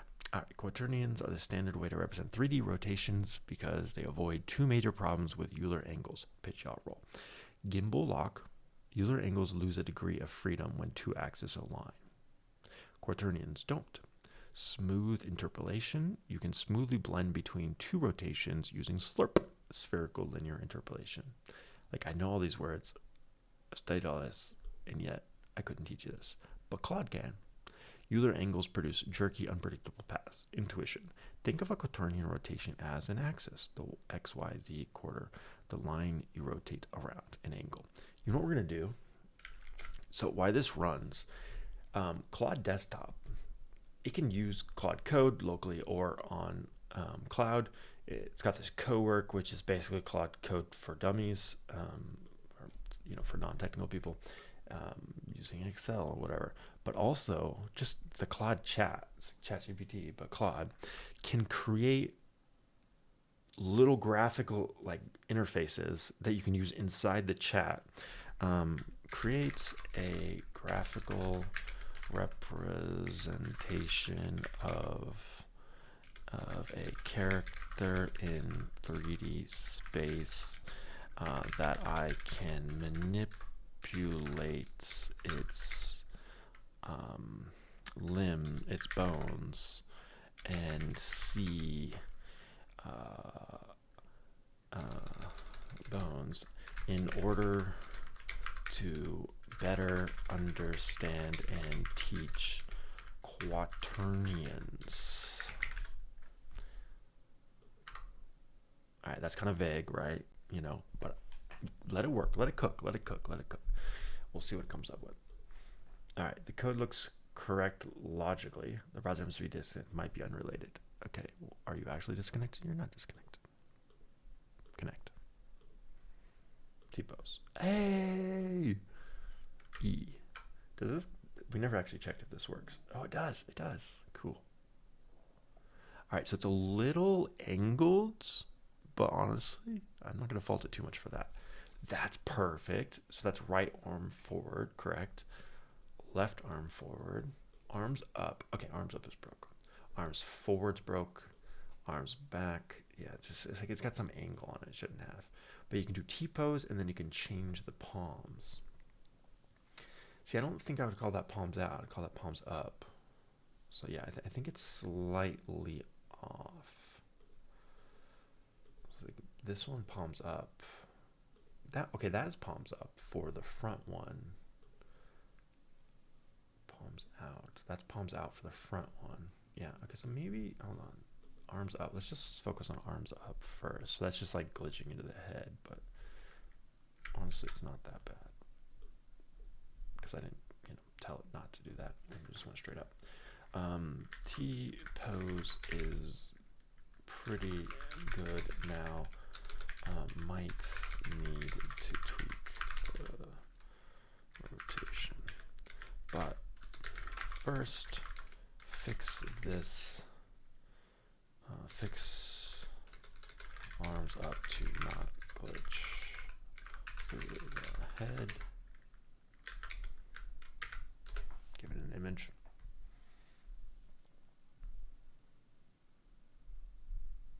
Hey, here we go. Okay, so this just created this inside of a chat app.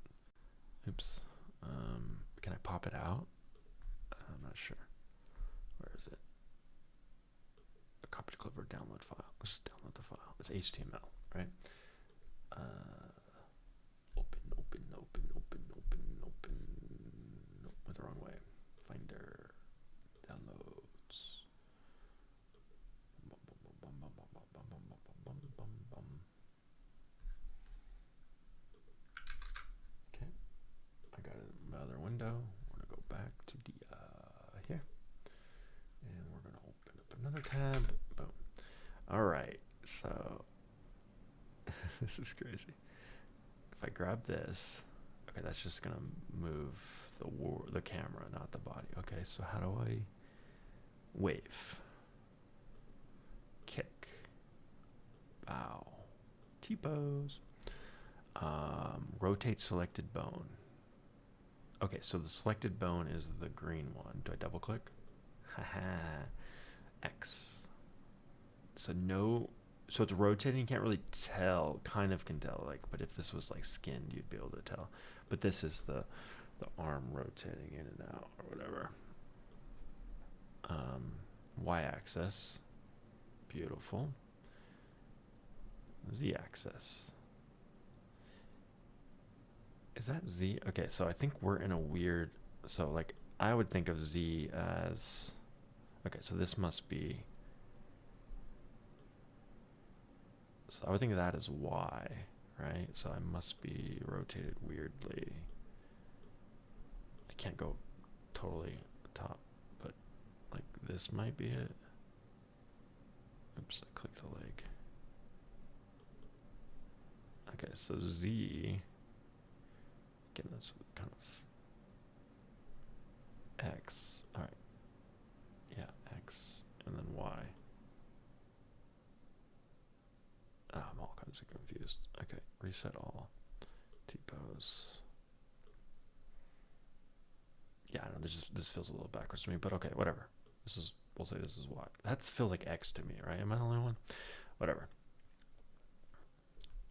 This X, Y is what I would think, but it's actually Y. And then Z. Yeah, okay, so Y, Z, Y right, Z up, and then X is towards the screen. Yeah, so that's sideways, or that's not what I would think of naturally, but whatever. Okay, the quaternion, W, so that's the scalar, X, Y, and Z. So if I move X, you can see X move there, everything else stays the same. That affects W, okay? But if I go all the way up or all the way down, W goes back to 0. Okay. Okay. Okay. So if this goes all the way up or down, it goes 1 and -1. Okay, so the default is 1 when they're all lined up. Is that what it is? When they're all lined up, it's 1? Yes, -1 in that case. Okay, so it's something to do with them all being equal. So that's 0.5. If I go here, honestly, it should still be close to 0.5. Oh, but then this one's throwing it off. So that should be like 0.5. Nope. Look all the way. 1. All right, this should be close to 1. Well, they're lined up again, but it's not 1 anymore. So they're only completely 1 if they're all here. Yeah, so they're multiplying off each other somehow. Euler angles X, Y, Z. Euler angles can gimbal lock. I don't know what that means. Okay, so this directly affects the X, whereas this one is not an angle. It's a, okay, so these are always -1 to 1, or these I think are just 0 to 1.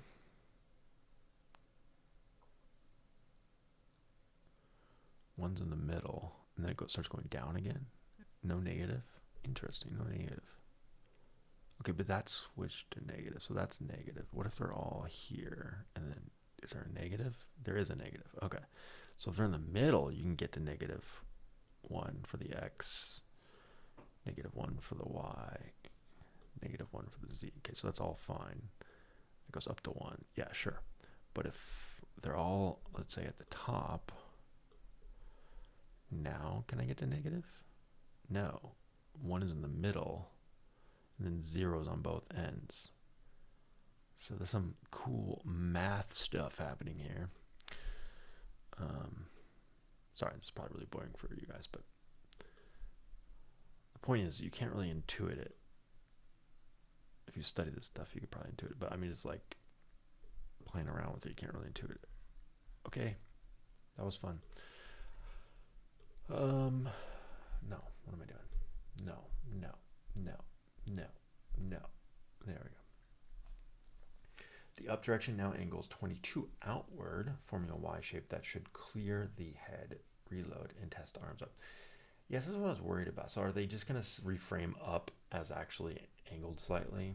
Maybe it's fine for our purposes. Because like, let's say you want to punch up, uppercut. You still keep that angle?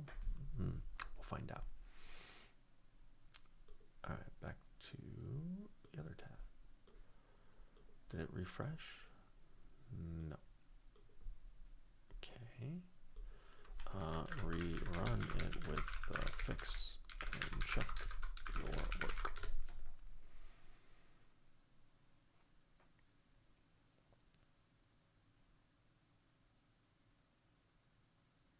It's not disconnected. Oh, maybe it's here. Yeah, there it is. Try now.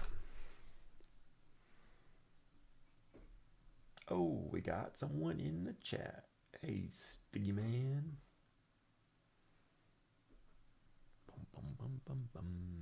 V11. Okay, so is that really how you can just clear the cache, add another version? That's freaking awesome. I never knew that. Maybe only in this game. I don't know. Okay, now it's using the browser MCP. Look at that. Robot taking over. It's not me. I'm just going to click arms up. See, my arms don't go through my head. I guess it's because it has a big head. Maybe that's our... So for other models, that would be arms up. But when you have a big head, you kind of like need to still try to go arms up, but you need the physics to bounce you off. Or we could just accommodate it and just like... So it's at 20% right now. We got like go 40%, 45%. But like that's a lot of accommodating for big head over here. Maybe I should shrink his head. What would you guys do in this case? Yeah, arms forward is angled now. See, so it screws everything up if we go this route, right? Let's see what else is wrong.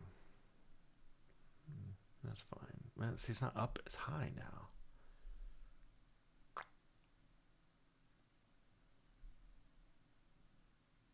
Is it still testing? T-pose. I can't tell because of the angle, but I don't think it's straight out. I think everything is like off a little. But I think it was kind of off before that too, so maybe all those are looking solid. The new bone toward abstraction is working well. It computes absolute. We are still glitching through the big head on arms up. What's the proper way to avoid that? Is this why every model gets its own rigging? Nah, I guess that's different.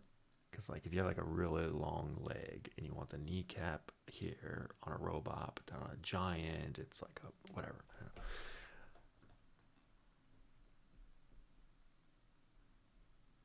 Instead of using bone toward with a static parent world quaternion for the forearm, I should define forearm overrides per pose as part of arm pose. For up, I want the forearms to extend along the same. Let me update arm pose to accept optional. So scrolled up, I lost it. For up, I want the forearms to extend along the same direction as the upper arms, straight up and out. Let me update arm pose to accept optional forearm directions. The cleanest approach, define per direction forearm behavior. When the upper arm points up, the forearm's rest quaternion, which was authored for arms down, will angle at inward instead of up. I should straighten the forearm by setting its local quaternion to identity or near identity which means just extend along the upper arm's direction. Actually, it's like all of that, but nope. Actually, the simplest fix for the up direction, set the forearm to identity quaternion. This makes it extend straight up along the arm's bones axis with no bend. Okay, no bend, then it's going to clip through the head again, right?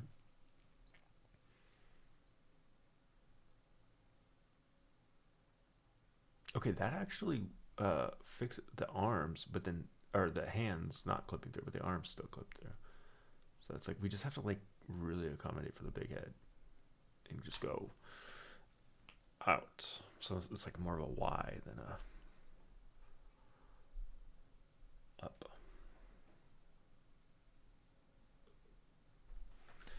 The arms are, or the hands of the forearm, the hand slash forearm don't clip anymore, but the arm itself is cutting through the giant head.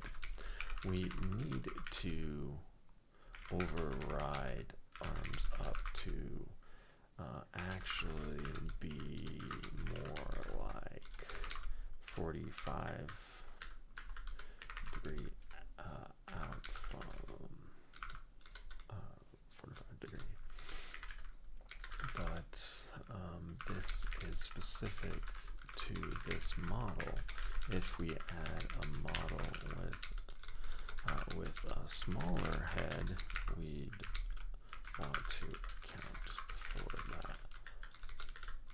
What's the proper way to support different models?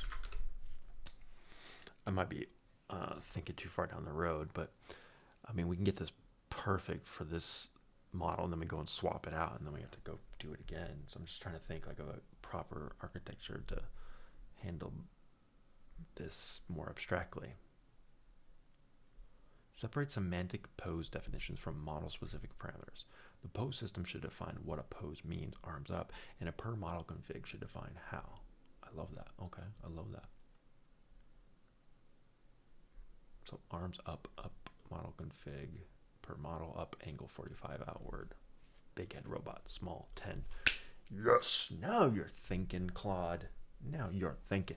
You see, not to toot my own horn there, but you know, if I wasn't thinking about it, we would not have gotten to this evolution of the design. Because I literally said, Claude, what's the best practice here? And it's like, I don't know, clip to the head. You know, like he came up with this. Oh, it's gone now. But then we're like, okay, but if the problem were slightly different, if this had to work with multiple models, what would be the solution, right? So you got to like think systems, not just quick fix. Oh, that is beautiful. Turn so you can see it. That is that 45? I think that's like, oh, a little clipping. Okay. Honestly, at this point, we should probably shrink the head. It's going to be a T-pose to get rid of all the clipping. Now, so I guess we just go to 50 degrees. If that's 45, we should go to 50.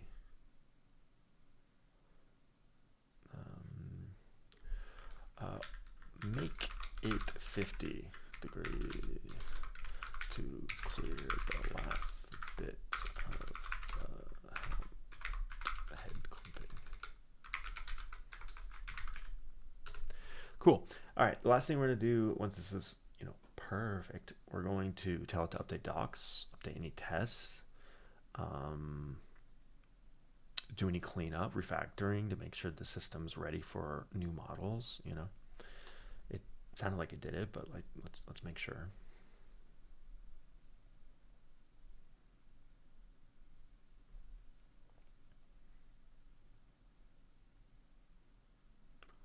Arms up. I can't see. Turn. Okay. Oh, is it? Oh no, it's just barely clipping. Should I leave it? Are we going for perfection here? So what is it? 55, 60? I feel like we gotta try 55. Try 55.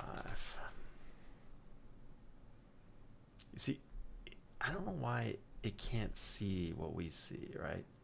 It says it fully clears the robots, but it doesn't. It doesn't. Just zoom in, Claude. Look a little closer.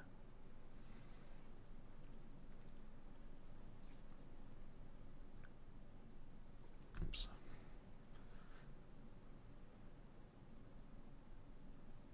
Boom, boom, boom, boom, boom, boom. Are you kidding me? I can't tell. Okay, there's a little space. It's that one's cleared for sure. This one, we just gotta change the angle maybe. Oh my gosh, I can't tell. I feel like it's gotta be like, whoa. That's like the Ferraris racing in Japan. So close. Okay, cool. All right, well, actually I said I was gonna do cleanup, but you know what? We never fully tested this. Arms out, palms in. It's like palms down. Yeah, so like maybe, oh, T-pose broke. Oh no, okay, it's good. Palms down. Yeah, okay, we gotta work on these. These are not right. And then we need to do legs too, but all right, first things first. Should we clean up first? Yeah, let's clean up first. Let's be good about this. All right. Here's what I'm saying. Updates, docs, and tests. So there's a couple patterns I like to use to clean things up, but this is a quick one. I didn't say what docs, it's going to go look at its own Claude. There's no test in this project. Okay. There is a game design doc that's probably outdated. He's saying don't modify it. There are no tests. Let me check other docs. Existing docs cover demo mode. Or no, there's nothing to update. Should I create a test suite for a new pose system? Compass. Add documentation for the demo mode, pose architecture, both.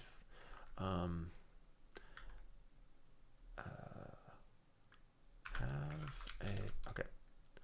Create a simple readme.md that refers to other /docs.md files with specifics. For example, we should have a specific doc about, should we say posing, about our posing system, and another about the camera. So I do this for a couple of reasons. The main one being so that Claude remembers, I don't want to put it directly in the Claude MD because that's just going to get bloated. We don't want a ton of context read every single time. But next time we're working on camera or whatever, we want it to go see that there's a doc for the camera and read that and learn from past mistakes and whatnot. And the other reason, obviously, is if anyone else looks at the code or looks at the project, having these up-to-date docs can be helpful. So, as you see on the screen behind me, I'm at 15 playable projects on my website, and some of them are better than others at following this pattern of docs and tests. And in this case, my main focus here was like, can I manipulate and work with 3D fully rigged models through Claude? So that's been my focus, and I've been doing most of it from my phone, as I said earlier. But now, especially with browser MCP, I feel like we're cooking now. So I want to document all these learnings from this session, and then we can move on to, like I said, I want to do legs still, but ultimately I'm trying to get it this level of quality like it has for posing for actual punching and stuff. So this punch is not following through. This one is pretty weak. This is not an uppercut. This kick, the leg comes off. The block is okay, but honestly should be blocking over the head. That's not really blocking anything. Maybe a side kick. And then it's done. Fine, whatever. And the walks, they came with this model, so they're fine.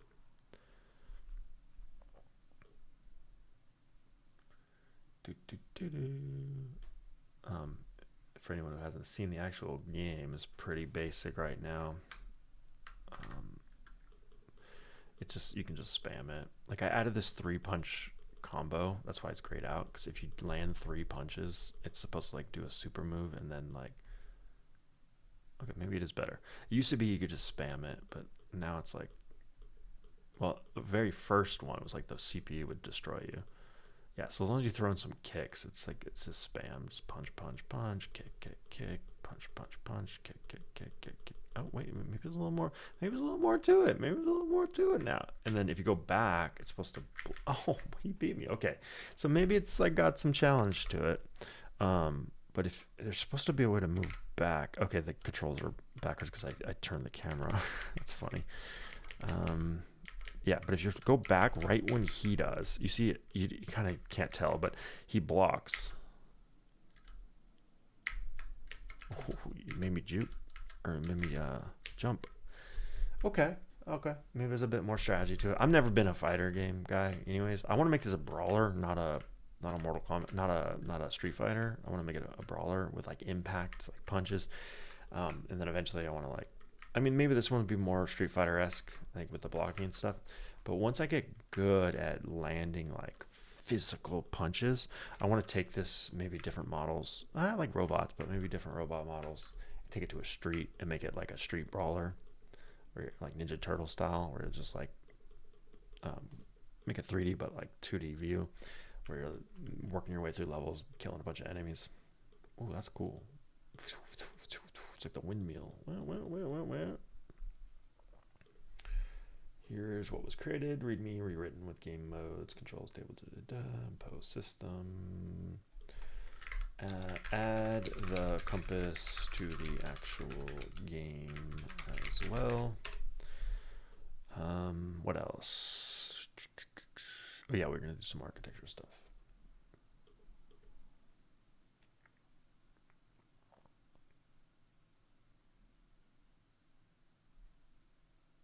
All right, and then here's my other go-to for getting Claude to kind of use its hallucination powers, use its high temperature or whatever to not just address like obvious stuff that we did for review, but like maybe go a little deeper, or maybe like go off the beaten path and look for things to improve. So I use this generic, sounds so simple, but actually works. Do 2 rounds of review and cleanup. So what does a review mean? Well, usually it means like looking at the code that was recently changed, but the cool thing about this is if I run it twice, it's going to find different stuff the next time. And depending on how much there is to actually clean up, you can run it 5 times. Eventually it will get to a point where it will start suggesting fixes, and then when it goes to implement those changes, it will go, actually that's not a good fix, and then that's when you've overdone it. But let's see what it does. It's always different.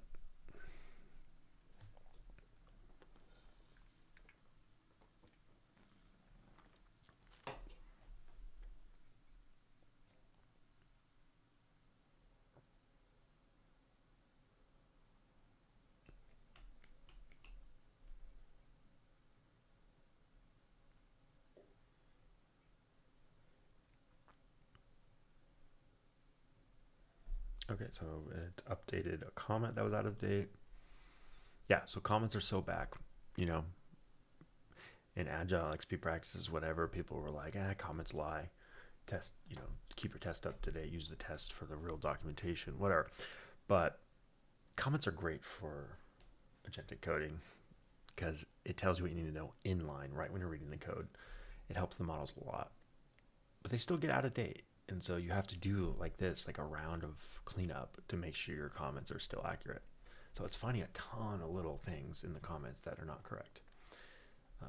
Let's make sure it's not wrong. For the robot expressive model, the rest pose is the idle stance with arms hanging down, not a T pose. Thank you. Well, I already said that here, but maybe this makes it more clear. Not relative deltas from rest. That really just reworded the same thing. I'm not sure how hopeful that one was. This is just nice syntax cleanup. You want to use const when it's not going to change. let when it's a variable that changes. 55 from vertical to clear head. Like, why wouldn't you include the to clear head? Large head up needs 55 outward display to clear it. Yeah, maybe it was just redundant because you already mentioned it. Whatever. This stuff's a little nitpicky. Arms use absolute world space targeting. Arms use rest space composition. Okay, so that seems like a legit fix. Okay, round 2, no leftover console log, to-dos, fix me, debugger statements. Old idle compose and up and go fully removed. All new functions, bone, toward, blah, blah, blah, blah, are used. Init order is correct. Camera controls, model load, no H constant duplication. Export, import alignment is clean. So it seems like it got through. It didn't find much. I think this is saying it checked all these things and there was nothing to fix. But if I do it one more time, it might find some stuff it mixed that time. It might go deeper. See, let me do a fresh, thorough review of every changed file. See, again, it's looking at, it decided to look at changed files, probably because I said review, but I've seen it like go deeper and refactor existing stuff. And the other thing you can use is the actual review commands, but usually that's if you're using pull requests. And if you're using pull requests, you can use Copilot and CodeRabbit as well. I could, if I really, really cared, I could start up Codex and have OpenAI's GPT Codex model also do a review and a refactor. A lot of tools to use here. I could show you what that looks like actually. That might be a good idea. Codex YOLO.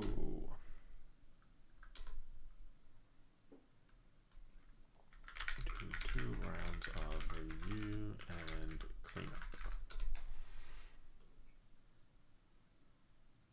And this doesn't have any of the context of why the files were changed, other than the comments or whatever, but it doesn't have the full baggage of this whole chat.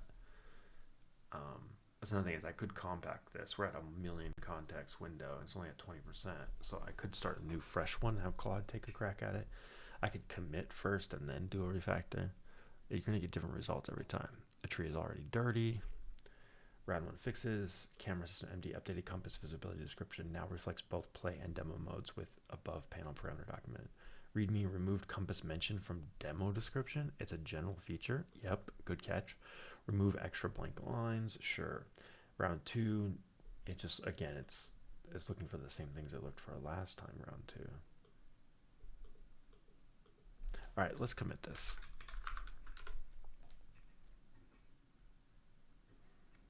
So much nicer working off of my actual machine where I can run it. Otherwise, like for my phone, it's a lot slower, but I end up doing like 5 projects at once. Like I'll have it working on the feature and then it will open a PR and then when I get back to that project on my phone, I'll go preview it in Vercel and like test it out. And then I'll go back to Claude and be like, hey, this is not quite right. Here's a screenshot, whatever. And then I'll move on to the next one. So every one, single change takes forever and you get distracted and stuff. It's kind of nice actually working from my computer on this stuff. I try not to, honestly, or maybe not try, but I don't want to sit at my computer all day on weekends because I do that all day at work, but all week. But it is so much better working for your computer instead of your phone. Not as convenient, but has some good stuff too. All right, and then you can just send commands yourself, save some tokens. So you do !get push. And then this guy started looking at the diff before I committed, so I'm a little curious what it's going to do there. But let's do one more where we say, I'm going to use the exact same phrase, even though there's no like code to review. Maybe we'll look at the last commit. We'll see what it does. Let me start understanding the project structure and recent changes. Yeah, so you're going to look at recent changes. But now it might look at 2 commits instead of 1. I don't know. Let's see. Yeah, look back 30. Is that what that is? Head minus 30. Current diffs already show one likely behavioral issue. The new Compass API depends on DOM setup timing. I'm reading the camera and demo title flow in more detail now, so the first pass fixes the real runtime risk rather than just style nits. So codecs 5.4 extra high is actually technically the best model out right now. So it thinks it found a real issue. Get it, codecs. Get it.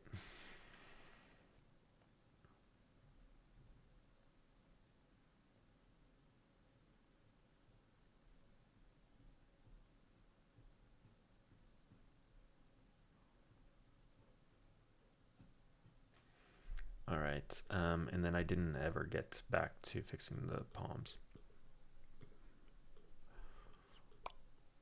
What's the best way to describe this problem? So if we're in T-pose, which honestly already is not perfect, the arms naturally bend. Like, I wonder if I should fix that, if that would help. If these were straight out in a true T-pose, then maybe the palm stuff would make a little more sense. Actually, I think that's two different issues, because like palms up, so right now I would call this palms down, right? So palms up literally should be 180, but it's 90. And then palms down goes 90 the other way, which it should just stay as the default. Palms out, I think palms out is meant for this one. And I think that is palms out, but it's almost like turned too much, or it's like it's instead of rotating, so palms out I would want to do what, like this, or I think it's going that way, which is not comfortable, right? I think you would go like this, palms out and then palms in. Let's look at palms in. Yeah, palms in is like, maybe because it's moving the whole arm, but really it should be the exact way it was with none. Why is it up? I don't know why it's up by default. But yeah, it should be like this, and then literally just rotate. But it's doing something like this. Let's watch. Yeah, so it's like moving, it's bending the elbow. It shouldn't bend the elbow.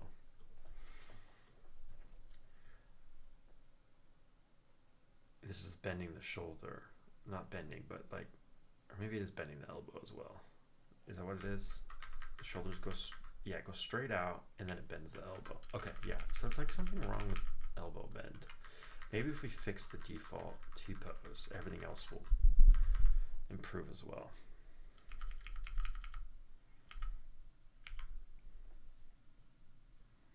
Okay, Codec's over here going wild. Let's see, what did it do? Extracted some functions, love that. I have enough to start first cleanup pass. I'm fixing actual behavior issues first. Stale mode input state, keyboard repeat handling for attacks, the delayed return to title timer, and demo UI state that currently drifts out of sync. The first patch missed a few exact context. I'm rereading the touch sections and applying the same fixes. This guy's also changing stuff, so they might be stepping on each other's toes. Oh, CSS deduplication. Clear emissive so the white doesn't stay stuck. Why'd you get rid of that? That was a bug fix. I wonder if they just literally just caused a regression. Let's go test it.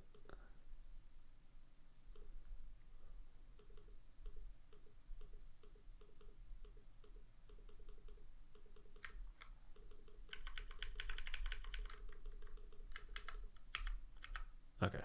I don't know if it rebuilt or not, but that white issue is not there.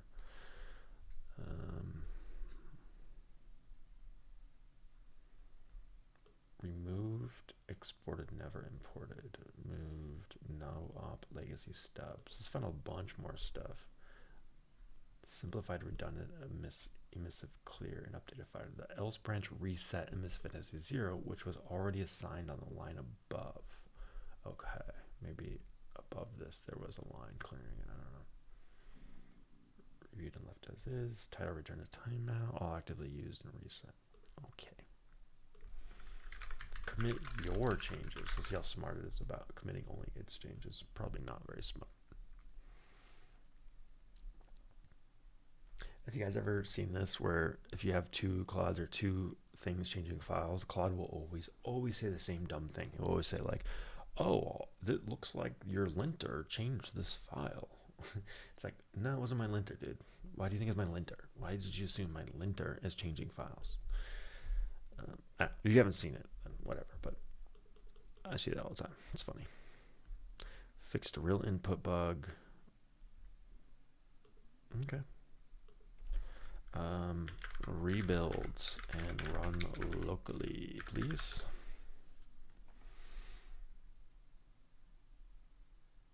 The diff is larger than expected. There appear to be additional changes beyond my edits. Let me verify the current state.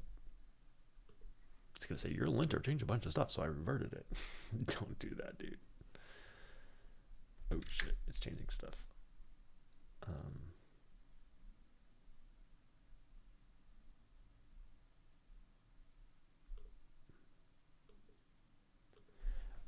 I had another agent do some cleanup, so double check that your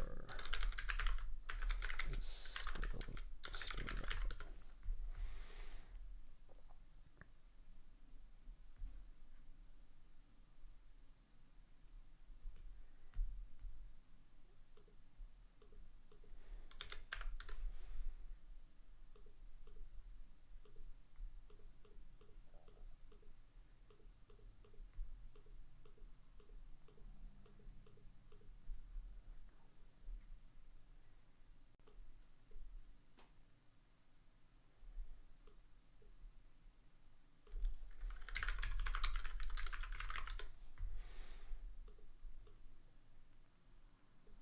Static 3JS app. Okay.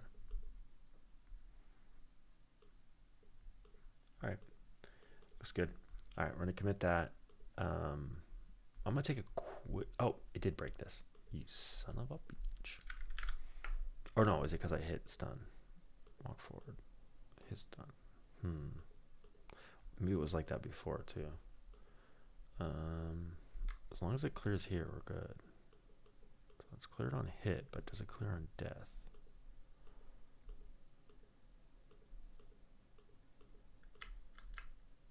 Oh, he tried to block. See that? He's trying to block. Kick you. Yeah, there's like no stun there. Okay, that's fine. Maybe if like 2 rounds. Let me see if it's broken on the second round. Kick, kick, kick. We should add like a squat and then you do that annoying like squat and kick thing you do in Street Fighter. Was it 3 round? What? Oh, it reset to round 1. Okay. Hey, you.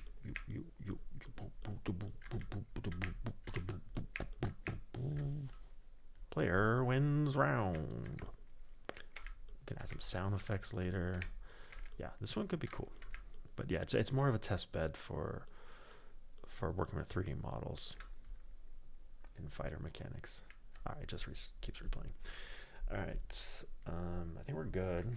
Let's push this again.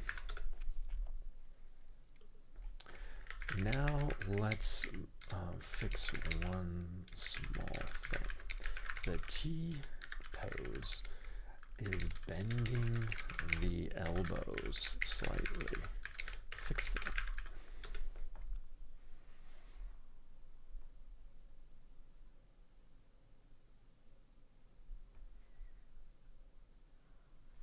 Oh, is there no quit? I should probably fix that. Okay. Right? Wait. Is it already fixed? It's literally fixed now? Okay, it's literally fixed now. Oh, great. Now also make sure the default rotation in T-pose is to have the palms facing the floor. And this is where it's going to mess up because I think these palms are all screwy.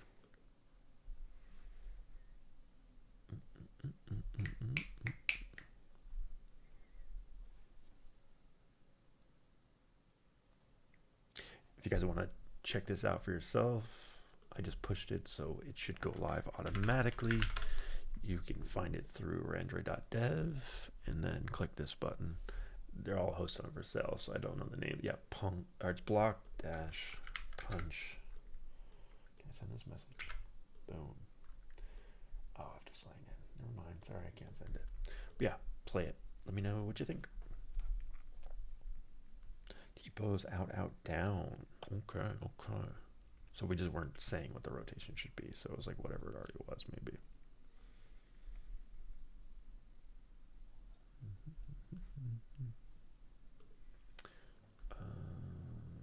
Local, local, local, local.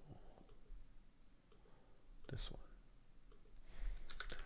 I don't think I need to clear this. Oops.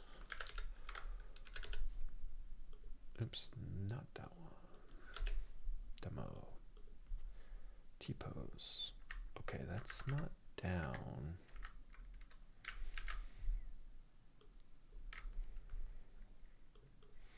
That's palms back. I want palms down. Also, why are the elbows bent again?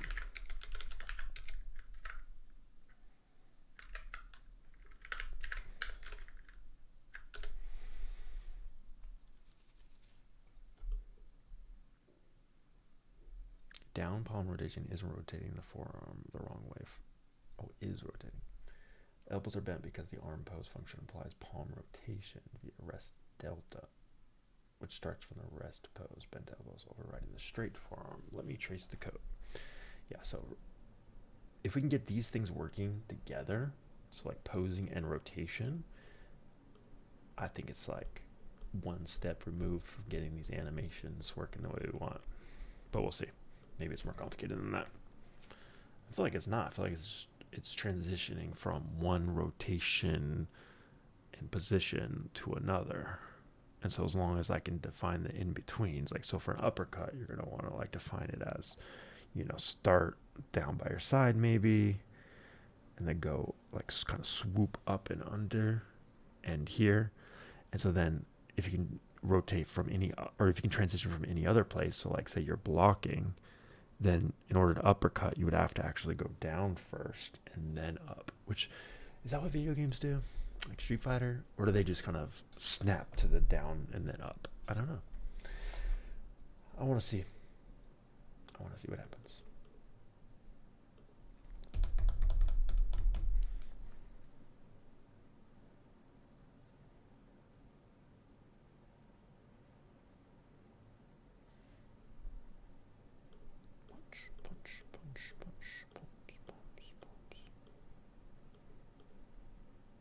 Do the wave, wave, whirl, full wave, boom.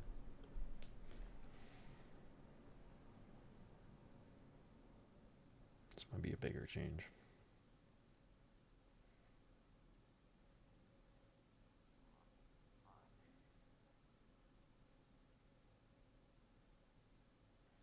Let's go look at what it's doing. Oh. Red 25 lines. That's all it tells me. Okay. Tell me a bit more.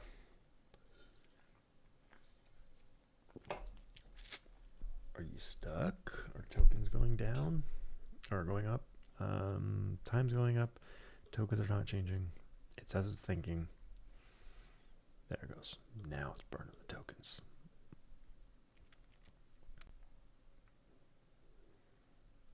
Oh, this is a new message.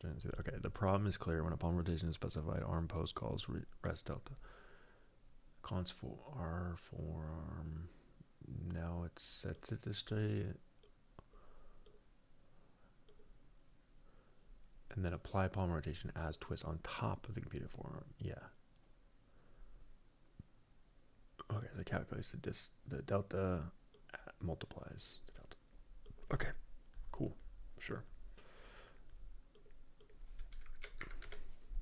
Demo, T-pose. Yes, yes, perfect. Palms up, hell yeah. Palms down, palms out, palms in, forward. Okay, palms out.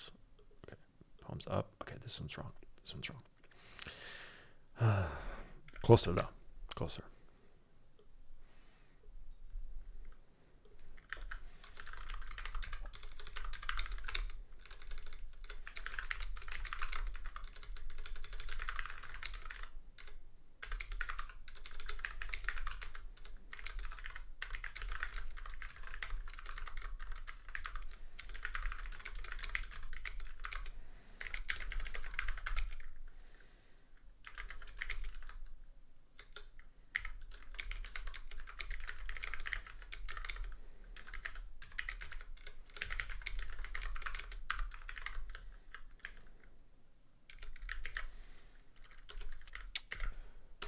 Oh, double posted the image, that's fine. Perfect. Now fix rotations for all other poses. For example, the default rotation for arms out is currently palms up when it should also be palms down like the T pose. I can see the issue. Arms forward shows palms facing up toward blah, blah, blah. Okay, so it adds, yeah, it wouldn't even have a rotation on those. All right, it's doing it for all of them now. Yeah, because it only did the T pose earlier. We saw that. So it says it fixed it, but did it? Did it really? Was it that simple? All right, arms forward. Okay, not quite down, but oh, let's see.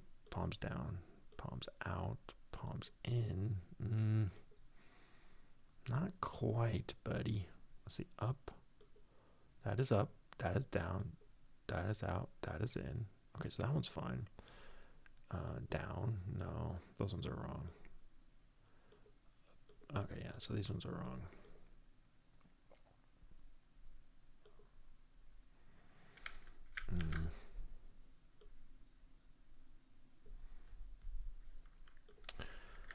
There's still some extra rotation happening. Palms down should be, should have the hands flat. That's not exactly how to describe it, but hopefully it will figure out what I'm saying. So this is like not palms down, this is palms down. So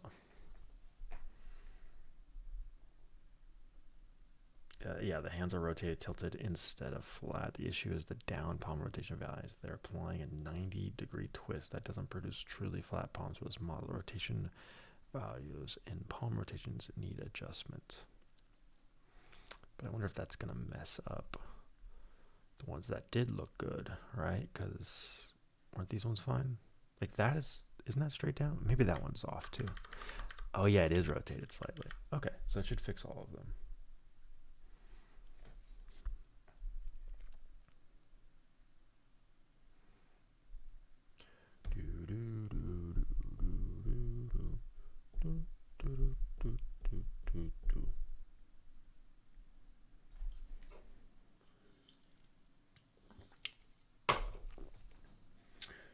What is up?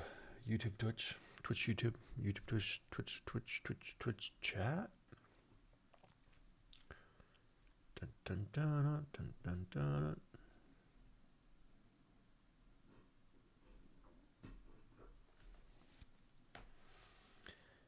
So if we get this right, we'll have a good system in place, and then you'll see like 5 more games with 3D models in them, hopefully. Because right now, I've been leaning heavily on a different style of game. Oops.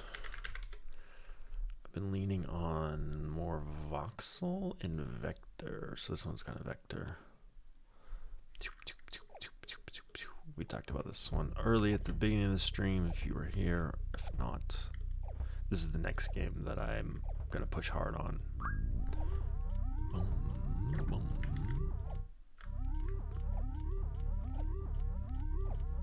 Definitely need some work on the aiming. Oh, he got me.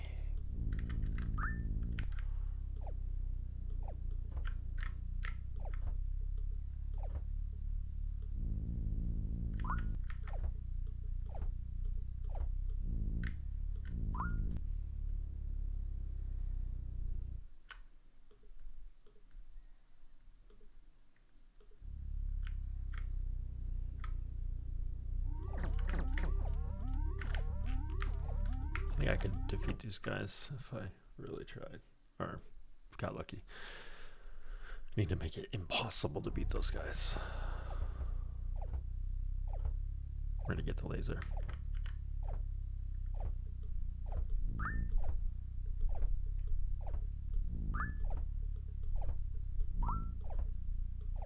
That was good. I got like 3 guys out of that.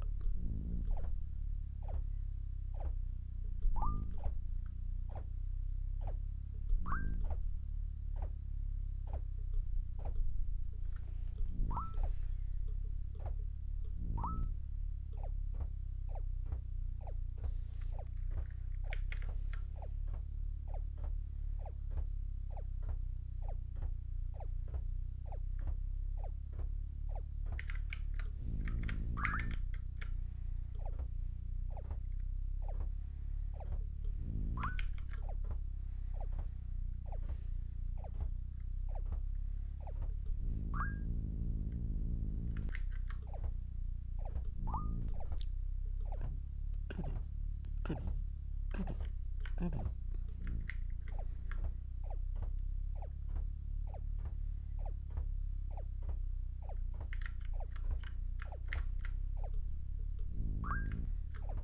I wonder if that's enough yet.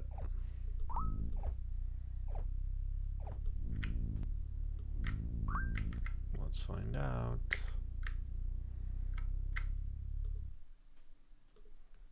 $150. Not quite enough for the laser. We need 200.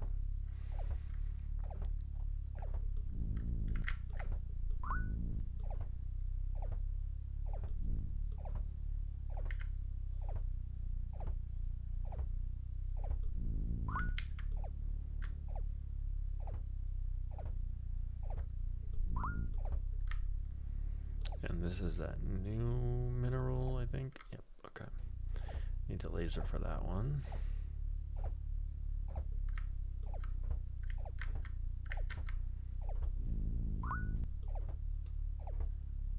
This has got to be enough, right? Let's find out. 215, perfect. Okay. And then we're on laser here. Q to switch.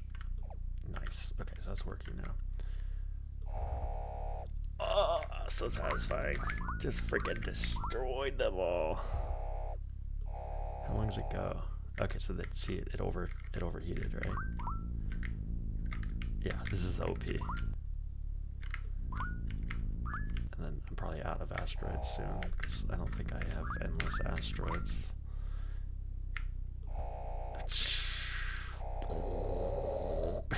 That's so cool. Okay, this is awesome. Yeah, I gotta figure out how to make this a real game. Like, I feel like it's not balanced, obviously. Like, should you really get that powerful weapon that soon? But then it's boring if you don't have something like that. Maybe we just need to introduce a stronger material sooner, and like more expensive upgrades where like even though you can blast through these rocks and get minerals quick, it's just not enough, so you need to like go to another galaxy that has like better rocks. I don't know, better asteroids. And then this still says blaster MK2. What about the laser? Okay, yeah, cool, it works. That tests the fix from the start of the stream we did, or we merged. Okay, this should fix the other issue. This should fix the other game. Let's go look at it. 20 demo T-pose. It broke arms. It broke palms down. No.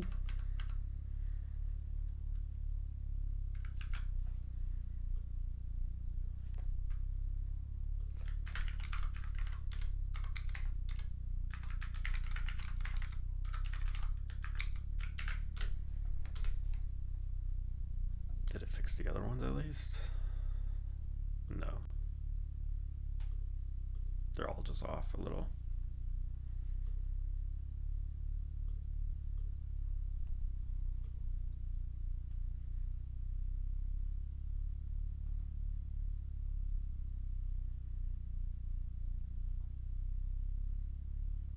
Still hear the sound effect from the other game.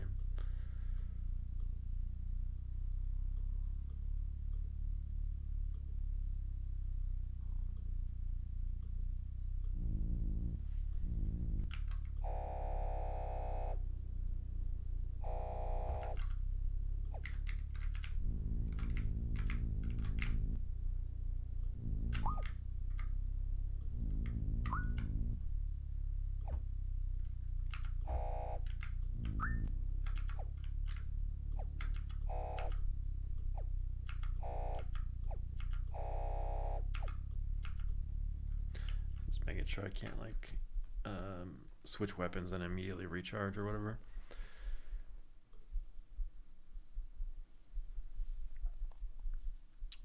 Where were we? Over here.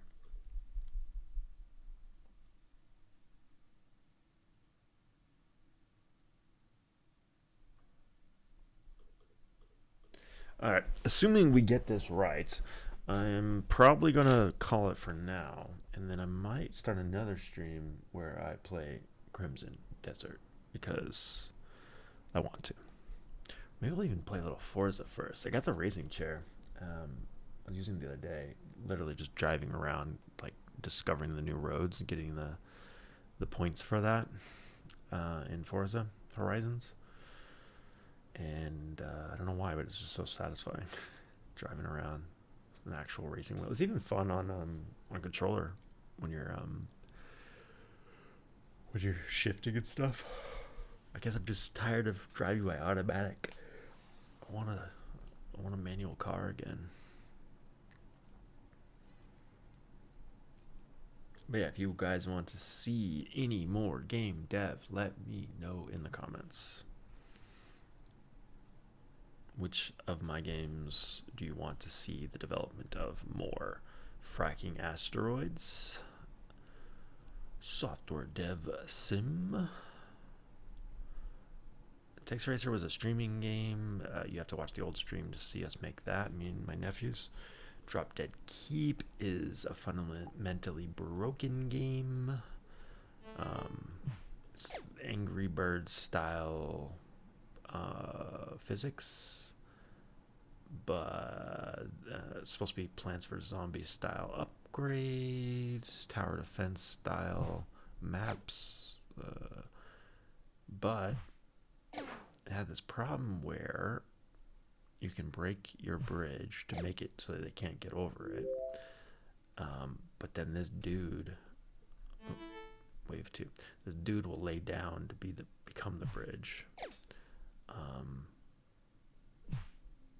which is fine. I kind of fixed it. It was even worse before, where only the big guy would lay down, and then anyone else would just walk off the edge. And then I made it more meaty here now, where you can't destroy the bridge too easily now. I'm gonna let this guy walk by so I can show you the other part of the game. There's like a random tree here. It's supposed to be a field.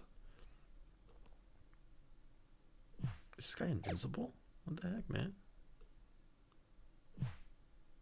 He might be. But yeah, they're getting bigger as they get closer. That's supposed to be the perspective. Like, that's all screwed up. But yeah, so this is now dropping rocks on their head from above. Somehow there's a bunch of them now, even though there was really only one.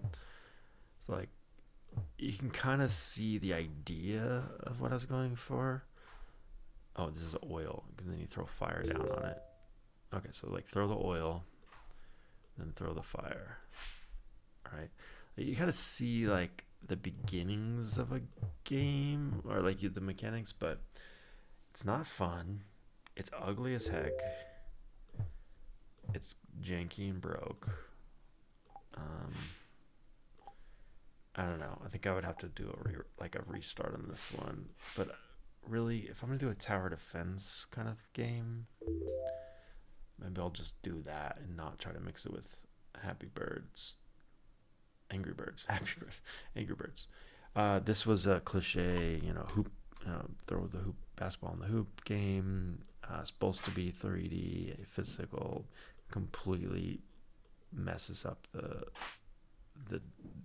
dimensions, look and feel. The mechanics are like completely awful. But if I can get this to be physically satisfying, like maybe that's worth a rewrite. This is the streamer. When I'm streaming, you guys can go and like send different commands to change the game or whatever. Like the command, for example, it only works on Twitch right now, I think. But if I say, I don't even remember what it was. It was like stream SBB streamer TR red. How? Oh, can't send a message.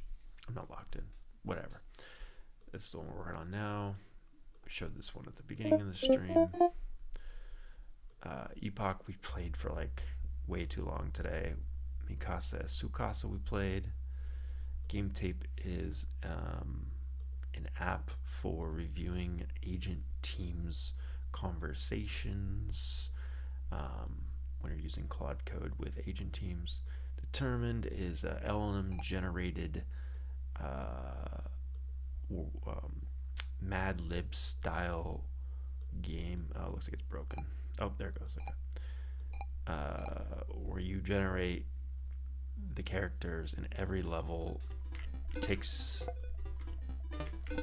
your generations and reinterprets them into a different style game, including 3D, same enemy, same janky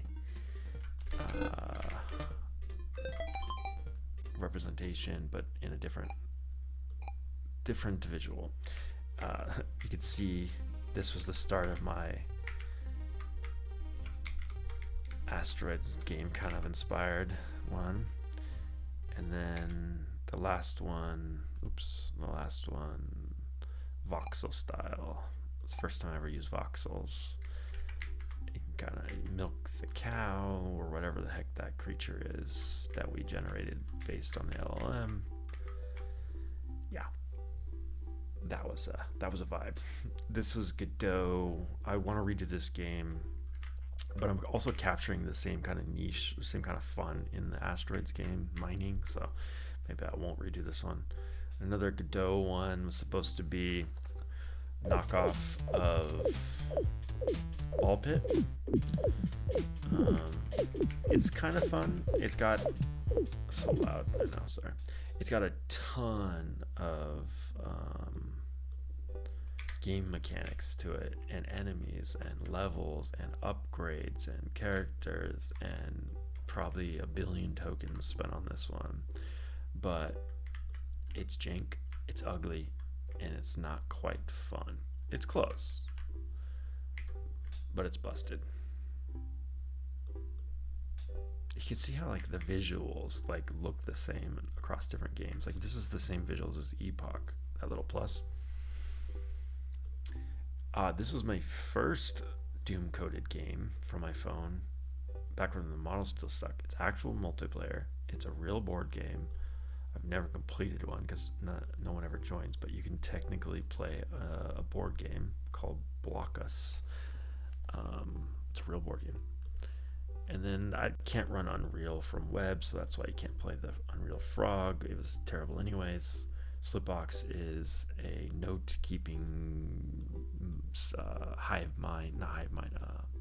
second brain projects.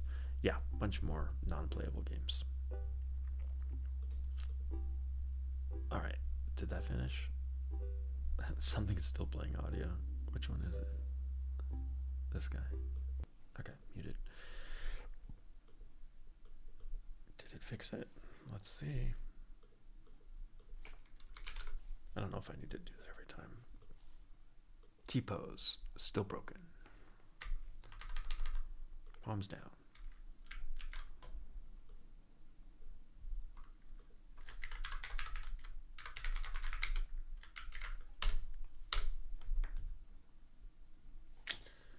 Dang, we were so close.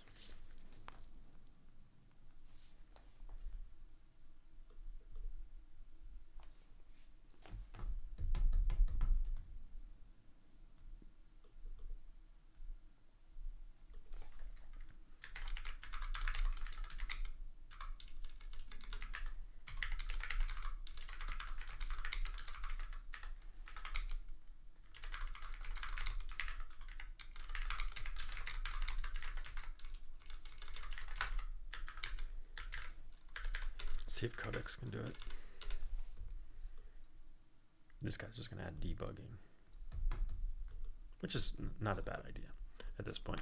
But I feel like GPT 5.4 can just figure it out probably. We'll see.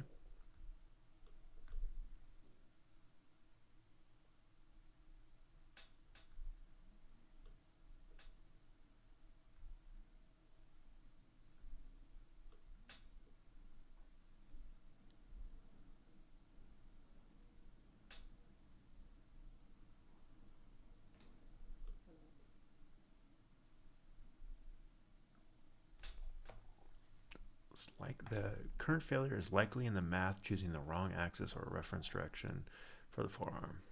Current palms down match is still guessing that the forearm's local z-axis equals the palm normal. That's probably wrong for this rig. I'm inspecting the actual hand forearm bone axis. The repo doesn't currently have the local GLTF tooling installed.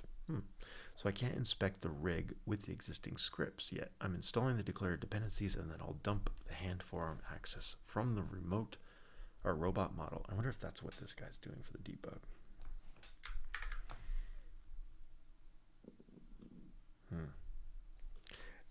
GPT-5.4 going way faster than OPEX 4.6.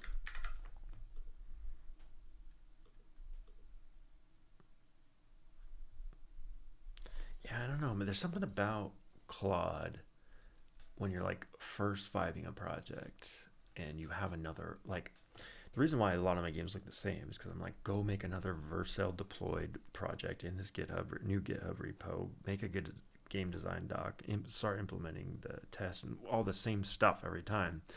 And you can like kick off a fresh new game, fresh new ideas like that with Claude.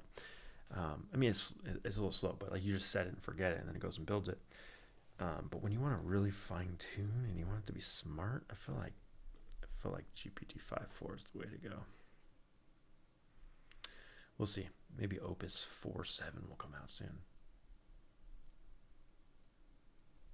Can't find the bug theoretically. Don't bother, dude.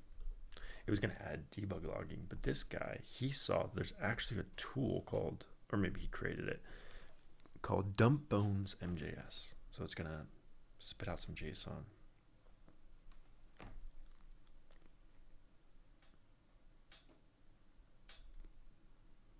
Now it's using Playwright. Nice. I don't know if this has browser MCP installed. I've got Playwright available, so I'm capturing the current rendered state. Cool. Yeah, go for it.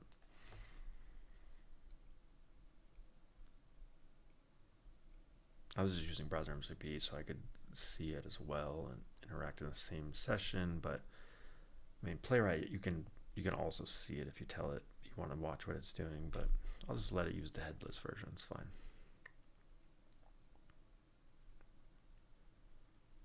Okay, now it's installing Playwright, so I didn't have it, but that's fine.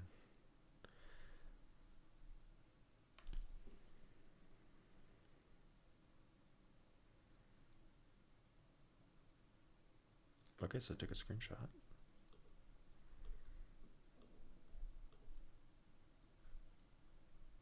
That's the, you can't see it, but it's on my other screens. That's the title. Took a screenshot of the title. First screenshot, Bass hit the hidden demo button in the panel. It's not hidden, but okay. We're running against, was it hidden? No, it's right there. Was it talking about hidden? Oh, whoa. It updated the image. That's cool. It took an image before it rendered. Headless browser is loading the UI, but not the WGL canvas. Okay, so maybe headless won't work. Okay, so I don't know if it was still, oh, there it goes. Every time I go back, that file has been updated. It's pretty cool.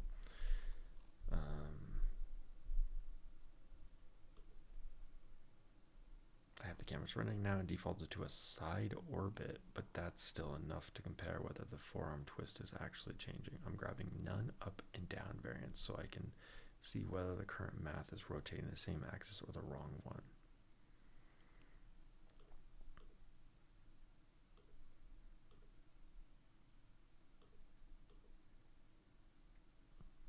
Yeah, so I'm looking at them on the screen. Like this was supposed to be down and it's back. This was supposed to be up and it's forward.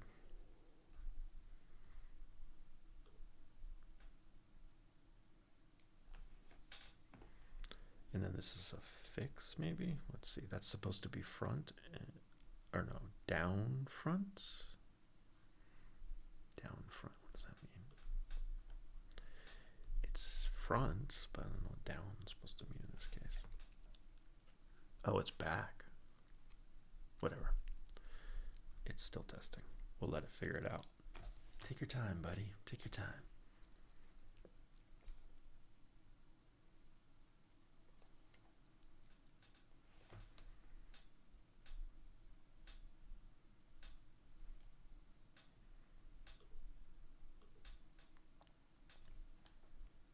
No, bro.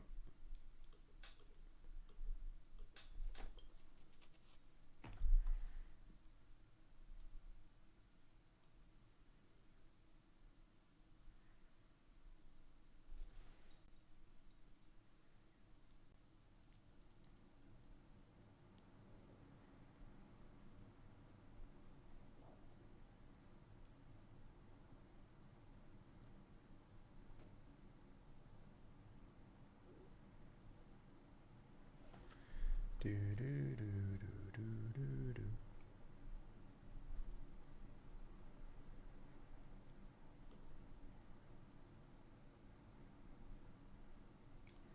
Slash PS to view. List background terminals. I've got a concrete hypothesis now. The solver is using the wrong sign for the palm normal reference vector. That would explain exactly what I'm seeing. Palms up produces the flat hand look, while palms down falls back to the neutral orientation. I'm flipping that reference and re-rendering. All right.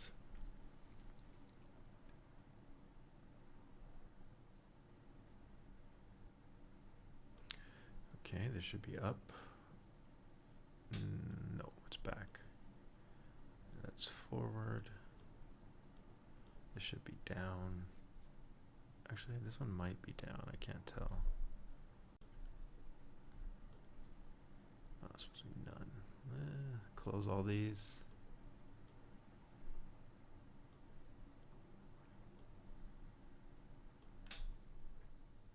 I can't tell at this angle if that's down. Might be.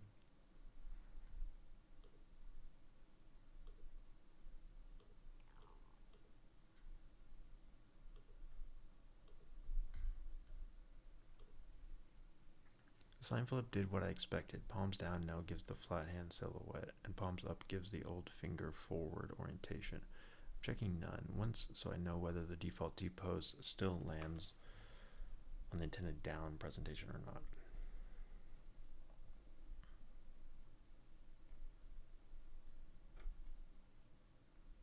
The rig change is behaving the way I want it in headless validation now. I'm doing a final diff status check so I can give you the exact file and keep the close out tight. Keep the closeout tight.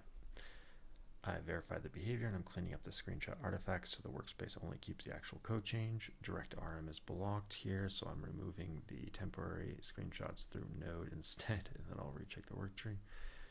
Why can you not remove? You're in YOLO mode. Okay, it thinks it fixed it. Let's find out. T-pose. Wrong.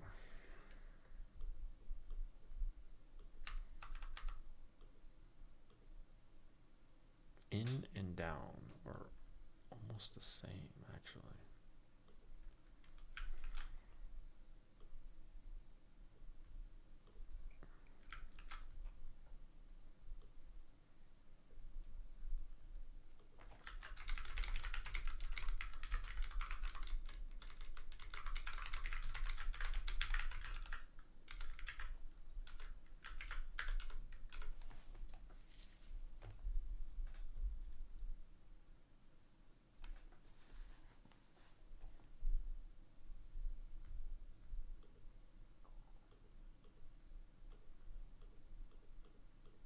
Maybe it just doesn't, because it's like kind of a weird shape, right? Like maybe it doesn't understand these are fingers curling in. I don't know.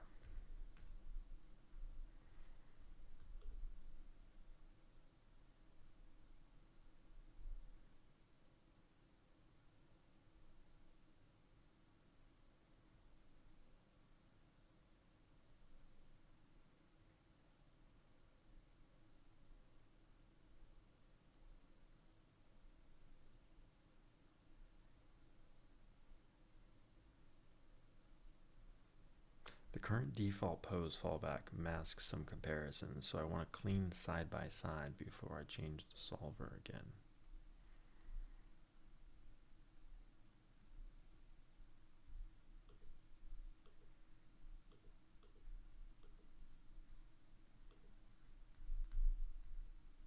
stats from the back, but they're basically the same thing I gave it.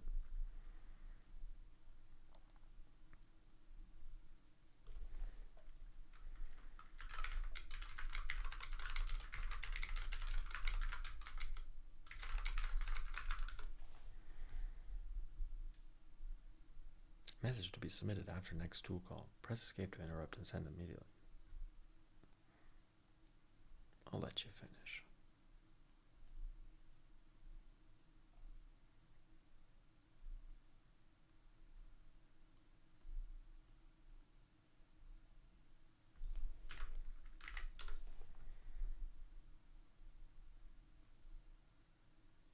Get assets. Robot expressive.glb.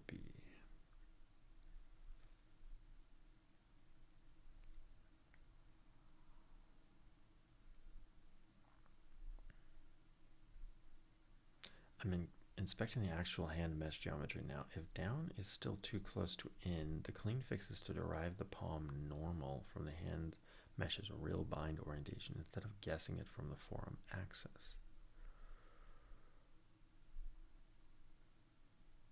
I'm switching validation to the same front quarter angle you're using. Back view hid the only detail that matters here, so I'm checking down versus in where the fingers are actually visible. Thank you.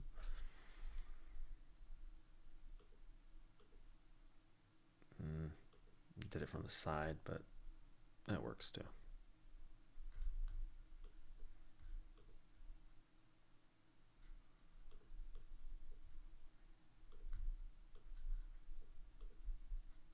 Yeah, it's like in is just a little turned up a little, but down is definitely not down at all.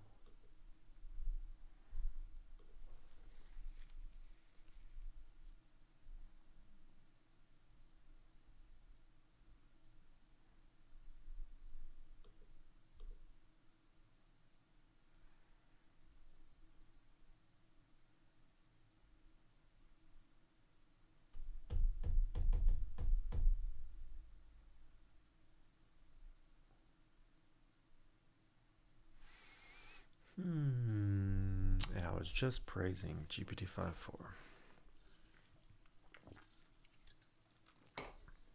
To be fair, it seems like it's on the right track. It just earlier it was so convinced that it had done it when it didn't, which is annoying. Maybe it was just the angle. We didn't have the fingers to reference. Hopefully it gets it right this time. It's also not as fast as it seemed to be earlier, but we're also on extra high thinking. We could lower that if we wanted to, but when it's wrong, getting things wrong, I think it needs all the thinking you can get. And again, it could be overthinking. That's a possibility.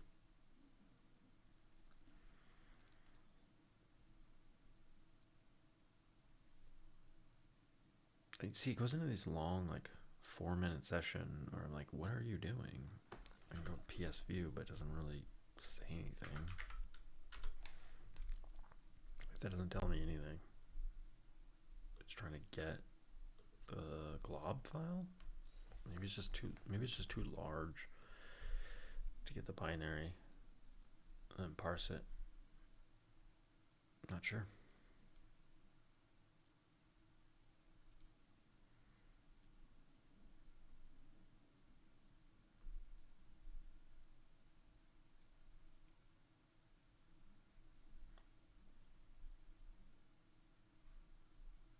I found the likely bug. I've been treating the left and right hands as if they shared the same local palm normal axis. They don't. The mirrored hand rig means the left hand needs the opposite sign, which matches the one hand still looks like in behavior you're seeing. Here's the deal. I did kind of notice that they're not lined up left and right, but that doesn't explain it because neither left or right were facing down. All right, so you can take a screenshot and then it's gonna say, oh, it's fixed, but it's not. Same thing Claude was doing. It's like looking right at the problem, like with that, where it was clipping to the head, and it's like, oh, it's fixed. It's just not precise enough when it's viewing the, okay, in's fine. And down is the same as it's always been. It's not fixed. Your theory doesn't explain why down looks like in for both hands.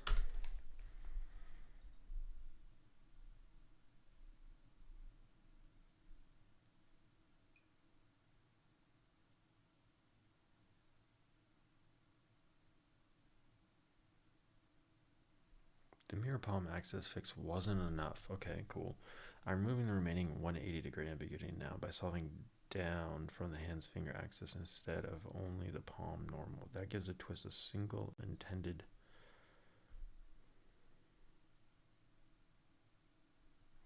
Use the finger axis to disambiguate the 180-degree twist solutions. Arm X palm yields the intended finger direction for this rig.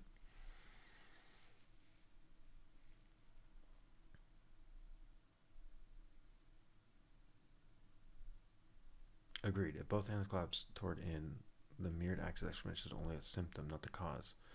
I'm validating the newer finger axis solver now, and if that still fails, I'll stop inferring from forearm axis and bind it to the actual hand mesh basis instead.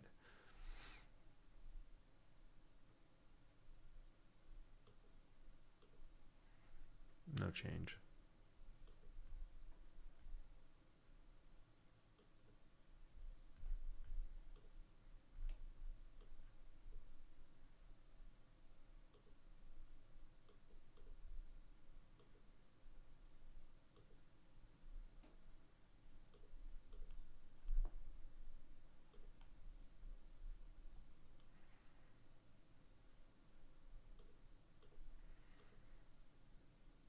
Up is wrong too. It's back.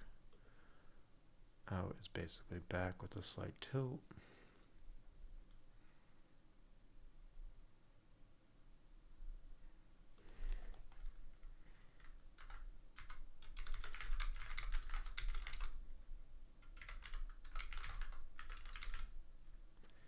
In and down are very similar. Why not make a drastic change?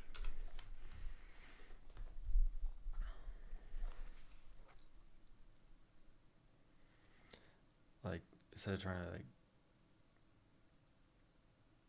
I don't know what it's doing, but like if it like change it 180 degrees or something completely different to make sure that you're able to control them, and then you can dial in what it should actually be. The current implementation, 2 of the presets are still solving to nearly the same wrist twist. I'm reading the exact post application path now so I can replace it with the wider space demo values instead of another fragile inference layer.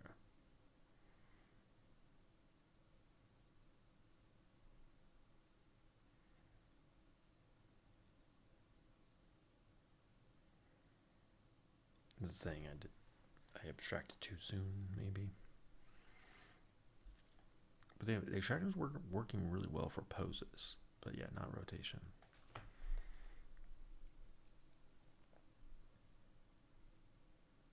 Solver path is still fighting the rig. I'm checking whether there's already a safe place to swap this to a simple calibrated preset system, because that will make up, down, in, out visibly distinct with less code and less ambiguity. I'm checking the actual hand mesh basis before I touch the presets again. If the rig's local palm axis isn't what we assumed, that explains why 2 named rotations collapse into the same look. Does it? Does it really? The only thing that would explain it is if like you're going almost all the way around again.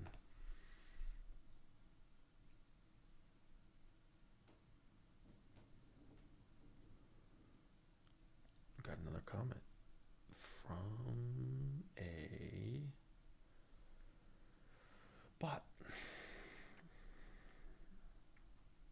Spam bot. Can I block you? No, not logged in.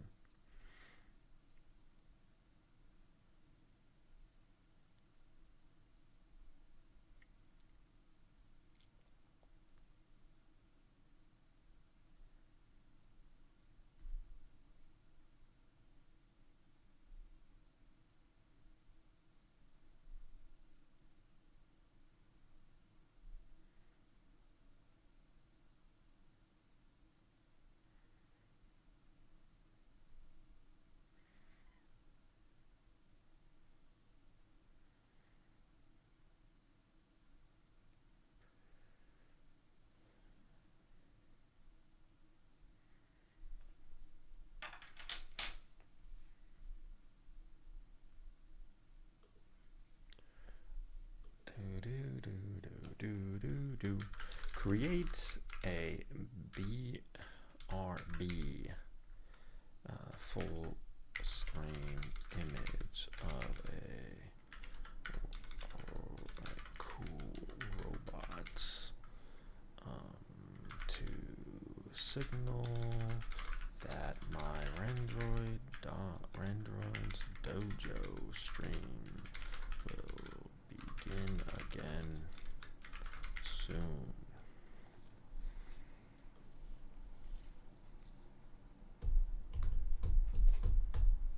Preset swap is in. I'm capturing the same front quarter demo view again so I can confirm down no longer collapses into in and up, no longer collapses into out.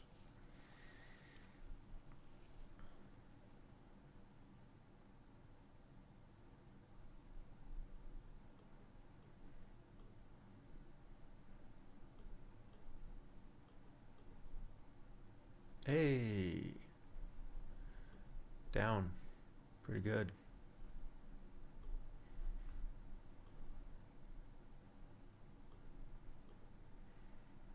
In is good. Up is good. Out is good.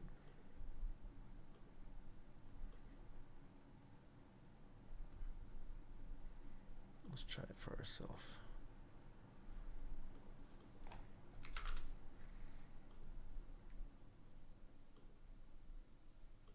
Yes, yes, yes, yes. Hell yeah. Okay, now moment of truth. Arms up, palms down, palms out, palms in, palms out, palms in, palms out, palms in, palms up, palms in, and palms up, palms down, palms up, down, forward, up, down, out. Ooh, that's not out. A little bit. Nope. This one needs work. Arms back. Down. Up. Down. Up. Out. Yeah, these ones need work.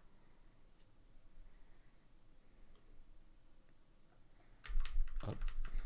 Down. Out. In. Yeah, that one's good. Forward and back. Okay, this needs work.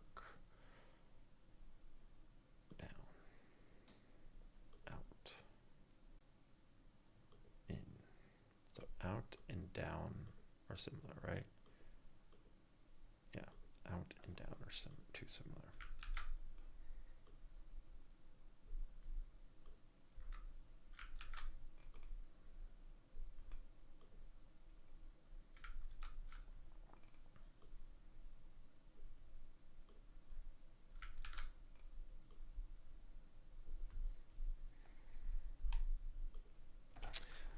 You fixed it for T-pose and arms up, but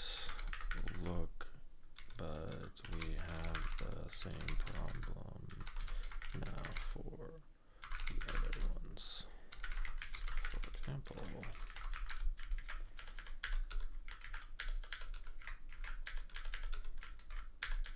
is that 4? I do 4? 1, 2, 3.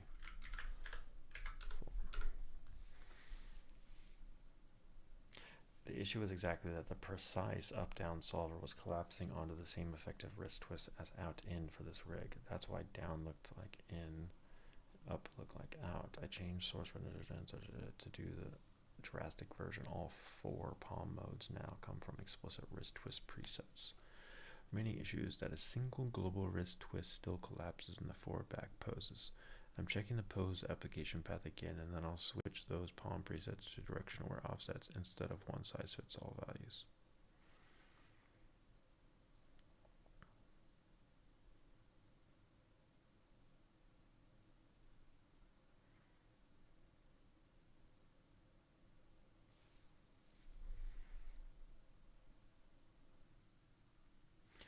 All right, assuming this is fixed, I'm going to push it, and then I'll probably do a couple of rounds of review. I'll have it double check its architecture and its abstraction again. Maybe it can make things easy to understand and still be correct, because I think it just broke down its abstraction to fix this. Changing the palm resets again, this time per arm direction. That's scary. These are demo pose presets, not physical wrist solver. The forward back arm directions need different offsets than T-pose arm up, so the palm modes stay visually distinct from the camera angles we actually use.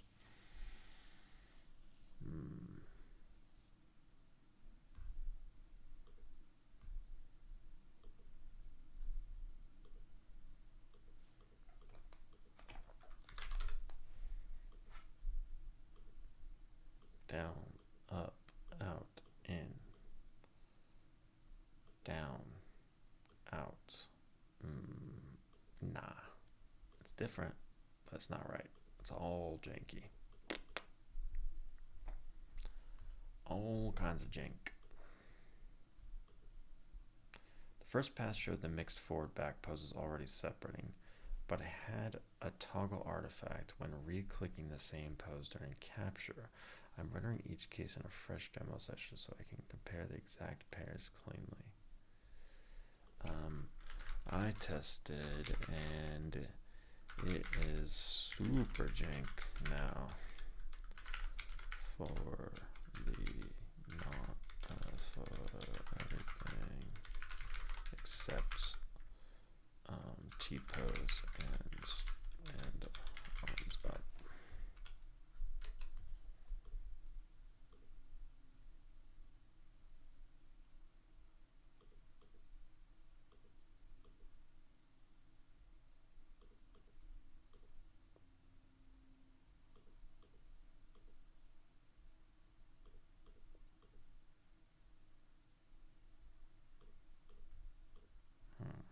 Yeah, this one. Arms forward, out. No, arms forward, up. They like cross. They're crossing.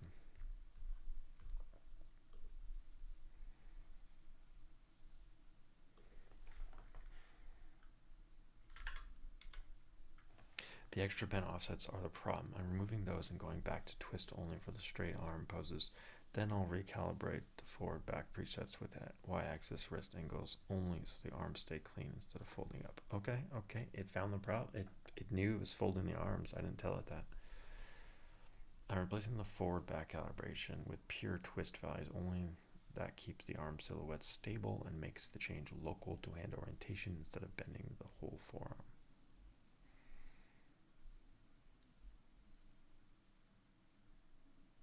The janky bends are out. I'm re-rendering the same forward. Oops.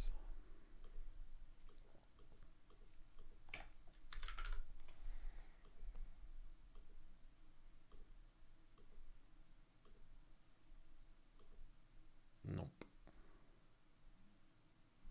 I mean, it's not jank, but it's not correct either.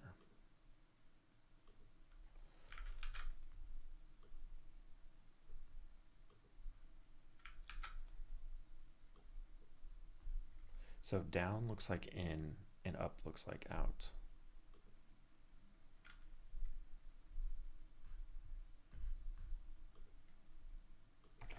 Almost.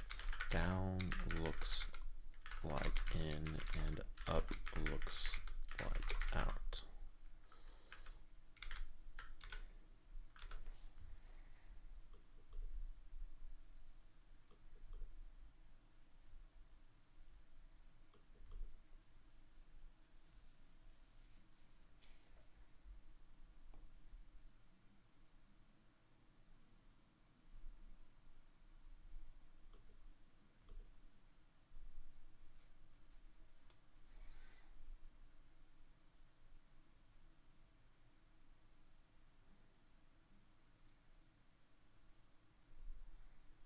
The remaining collapse is between the twist-only pairs, so I'm adding a very small pitch offset on down and up for the straight arm poses only. The previous jank came from big off-axis bends. This is a much smaller nudge, just to break the visual tie. No, I messed up. I should have said something different. No, I mean if you swapped down with the numbers for in, we would be good. Same for up and out.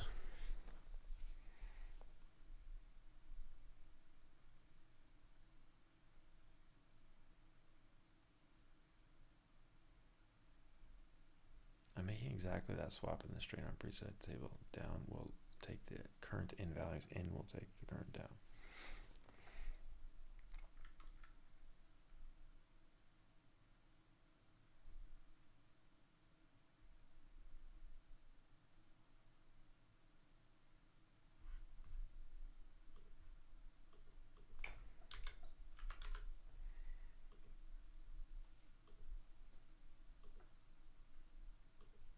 Nope.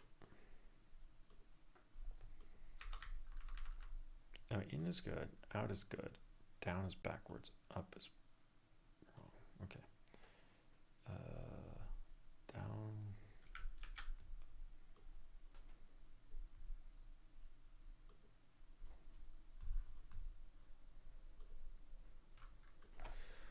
Only down. Down is the only real issue now.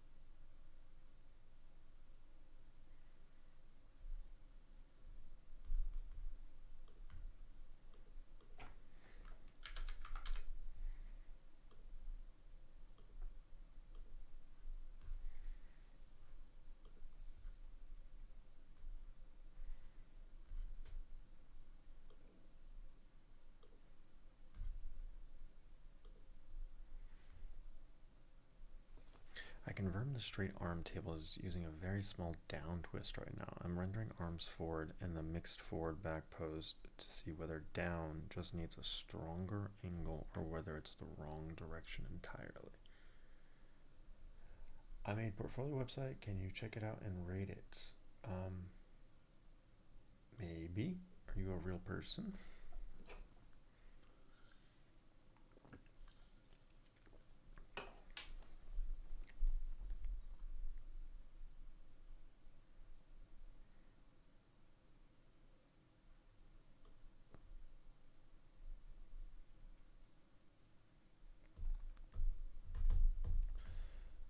Fresh renders now. I'm comparing down against in and out directly, so I can only change that single angle, not the whole set.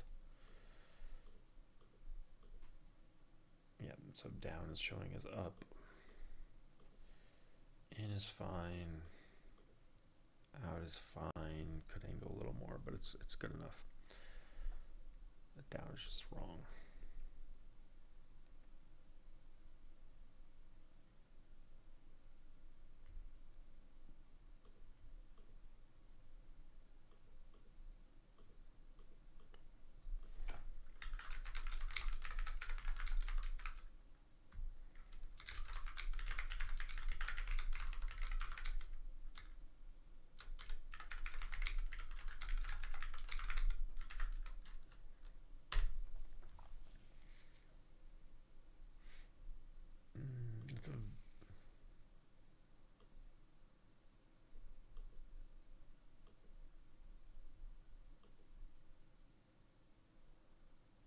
Also have a UI to edit everything and change everything from front end without DB.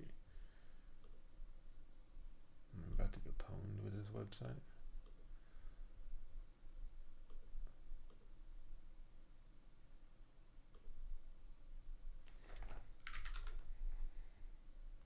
Oh, no, it's a real website. Okay. Full stack engineer with 6 years shipping production software, React, TypeScript, front ends, Node.js, and .NET APIs, Docker, K8s, deployments, and AI integrated workflows. I care about clean architecture, measurable impact, and code that holds up at scale. Man, it all sounds really good. I can hire you. Okay.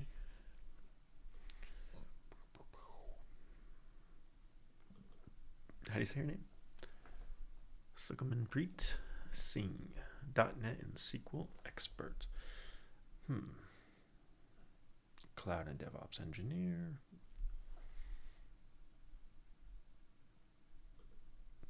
Download resume. Who am I? Oh, that's cool. I like the shooting stars that keep showing up. Nice little robot. I was just gonna add a robot to my site where it like walks around and stuff.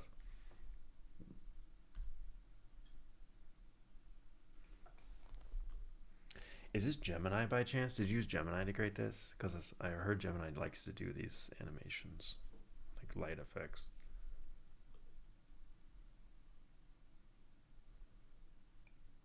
They follow your mouse, yeah.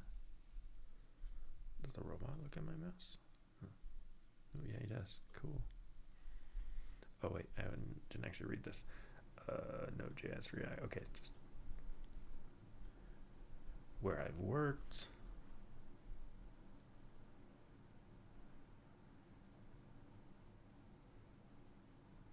Indeed, Spot Logistics, event-driven microservices.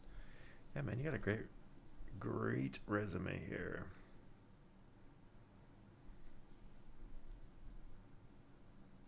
Yeah, I don't know. Honestly, I don't do a lot of hiring these days, but I I like this. It's really cool. Like you can tell you put some flair into it. Um, but I also haven't tried to go get a job with my. Oh no, I use AI for the back end only. Oh really? So you did all this yourself? Cool. Blazor. Internal communication portal. Oh wow. And do these have actual? I kind of lose my mouse. I don't know if you can see that, but like my mouse is kind of stuck. Oh, I guess it just loses the cursor. It's technically there still. I was gonna say, are any of these on GitHub? 7 projects. Oops. Yeah, it's a little hard to navigate sometimes. Ooh, this is different. Did it re-render something different? I feel like this was not what I saw last time. Okay, maybe I just missed it. Get in touch. Open opportunities. Email me. Yeah, GitHub. Okay. Cannot do great things. I can do small things in a great way. Oh, if I cannot. Okay, yeah. Man, this is really polished. My GitHub looks terrible. A lot of experience here. A lot of different things. Oh, your Tailwind and AWS are broke. Do people look at streaks anymore? Stuff's cool, but the problem is I did a lot of private repo work for like years. So PHP. Where's your repo? 27 repos. Uh-oh. Is GitHub down? Something broke.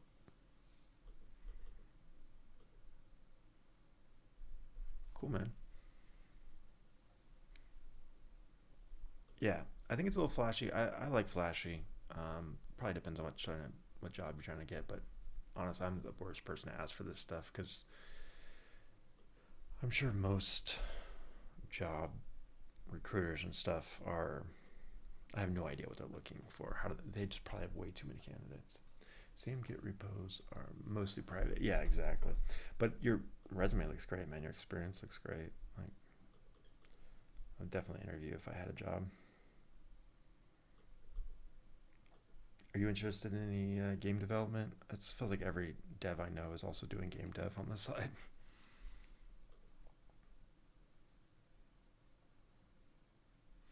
All right, let me finish this. I returned the straight arm palm table. Okay, so is it fixed? Are you actually fixed? Demo. Arms up, arms forward, palms out, palms down, palms up. Okay, good enough. Arms up, palms down, palms out. Palms. Okay, good enough. back, palms out. Oh, this one's broke now, right? That's not palms out. That's palms in, maybe. Ugh, so close.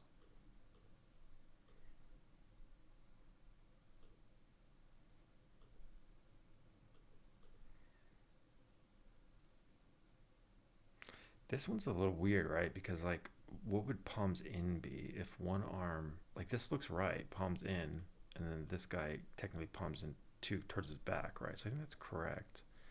So the only one that's wrong is arms back. Why is that randomly wrong? I guess that could be palms in. What is palms out? Palms out just isn't. That's not palms out, and that's good enough. Even that is like questionable, but good enough. But palms out is just like straight up. That's up.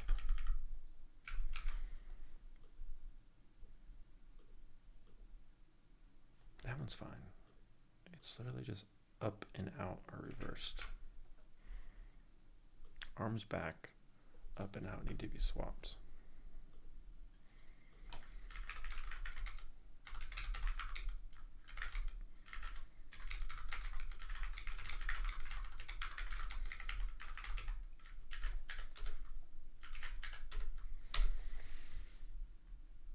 Use Unity.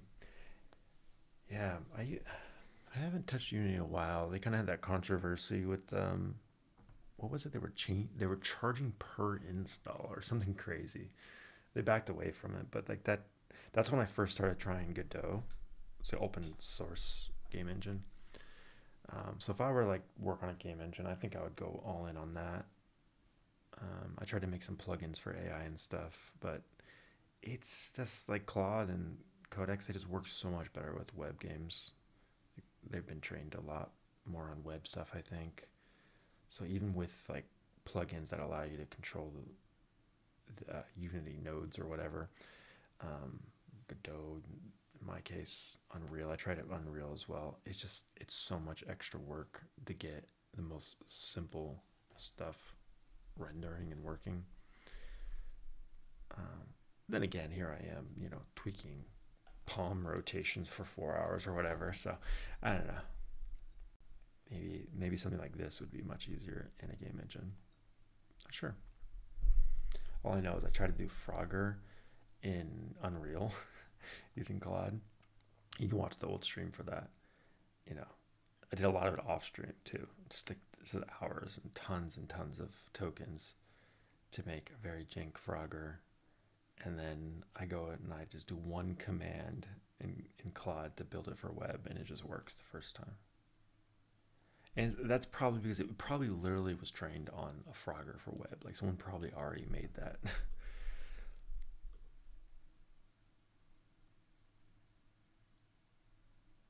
All right, it swapped it. Let's see if it works or if it's gonna break something else. All right, arms forward, out, in, down. Good enough. If I'm being honest, these should be swapped too. Yeah, these should be swapped. And you could even rotate a bit more.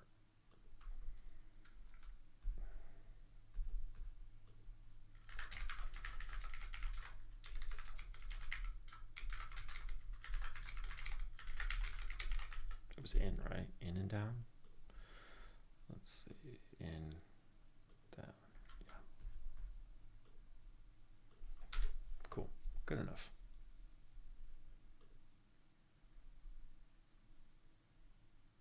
What kind of games have you made in Unity or tried to make or are working on? 2D, 3D, puzzle, platformer, shooter, beat 'em up, RTS. I don't know. Doom clone.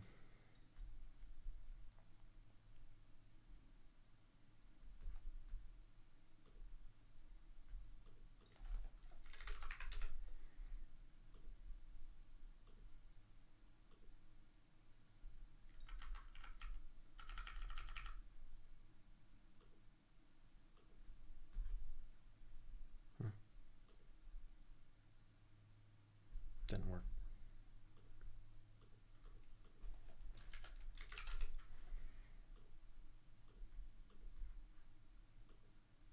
Still backwards, right?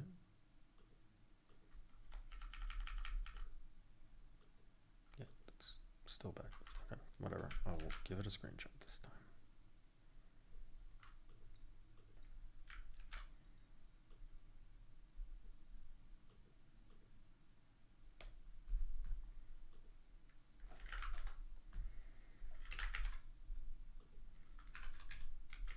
Down and in are still reversed.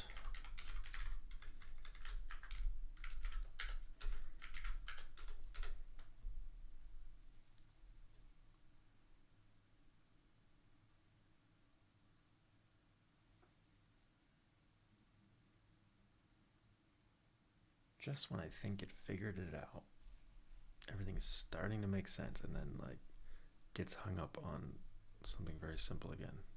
It's gonna have to like throw the whole thing away to fix it.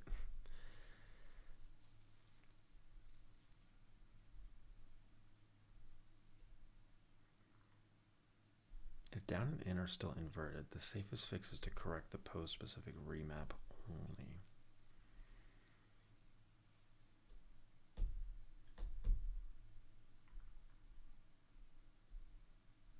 I'm running the current arms back down in pair from the demo so I can see whether the problem is the remap itself or, I mean, I already gave you the screenshots, so why don't you try changing it and then screenshotting.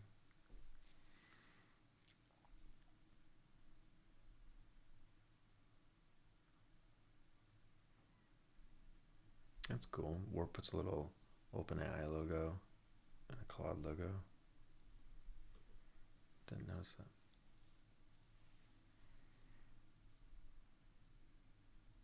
Still forcing down to use in, twist, and vice versa. I'm removing just that in down remap and keeping the up out swap in place. That's so hacky.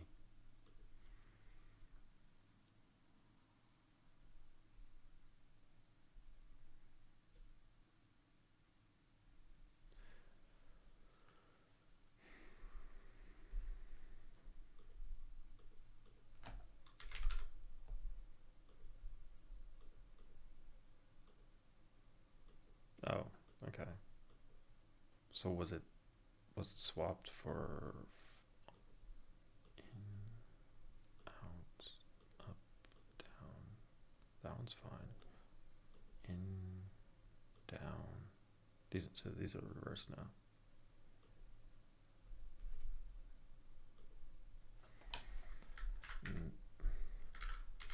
Arms back is fixed, but now arms forward have down and in reversed.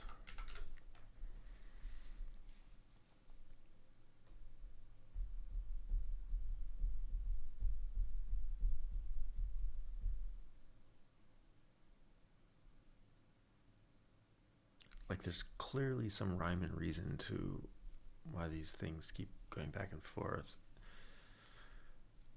I just wanted to figure out the full underlying mechanics of how these work and fix it for reals, not just like hard code different ones. If arms forward, then reverse. Why so much hackiness?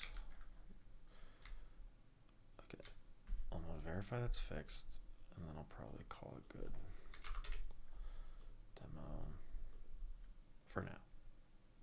In, down, out, up, forward, down, out, in, down, in, up, up, down, out, in, up, down. Not really. That one's down. That one's not really. In. Yeah, these are backwards now. Out. It's like a fundamental problem here. It's just going to keep overriding in delta right.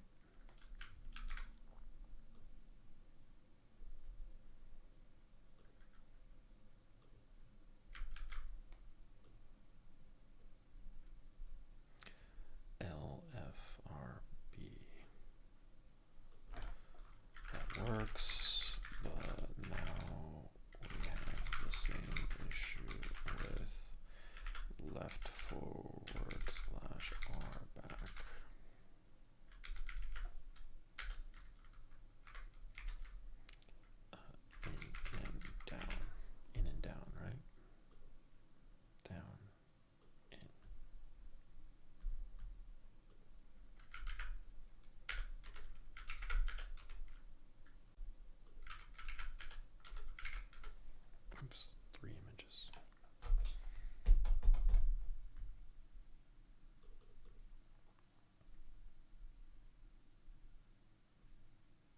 Scoping the next swap to the mixed pose only.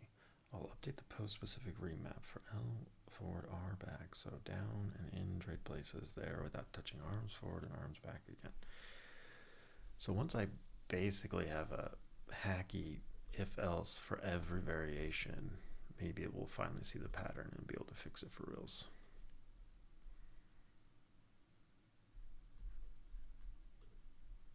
And this one was fine.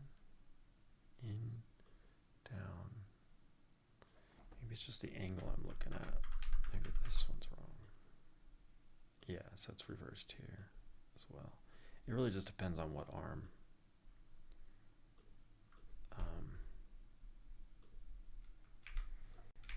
Weights. I think it depends on which arm is forward and which is back. Alright, so when the arm is back, in and down are correct, but the forward arm is reversed.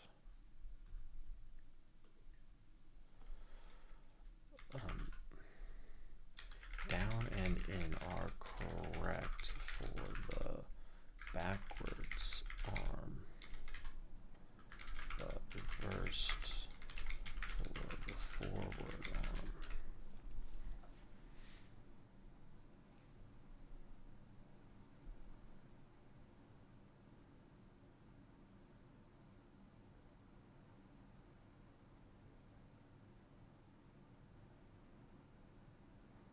This is like, it's clearly there's a negative where there shouldn't be, or there's a missing negative.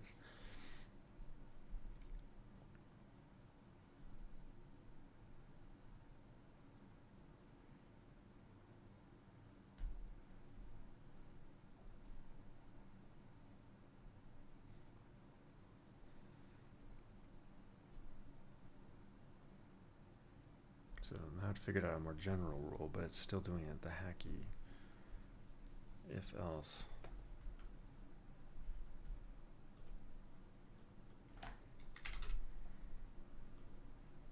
Arms forward, in, down, out, up. Arms back, down, out, in.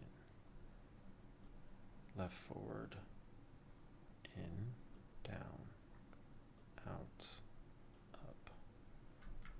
Rotate, rotate, rotate, rotate.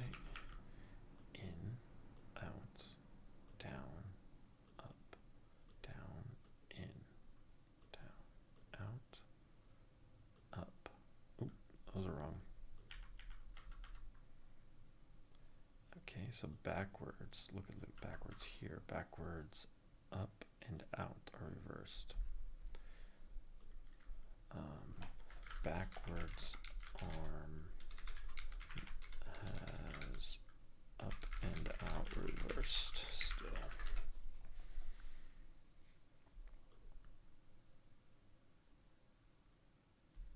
What about the forward one?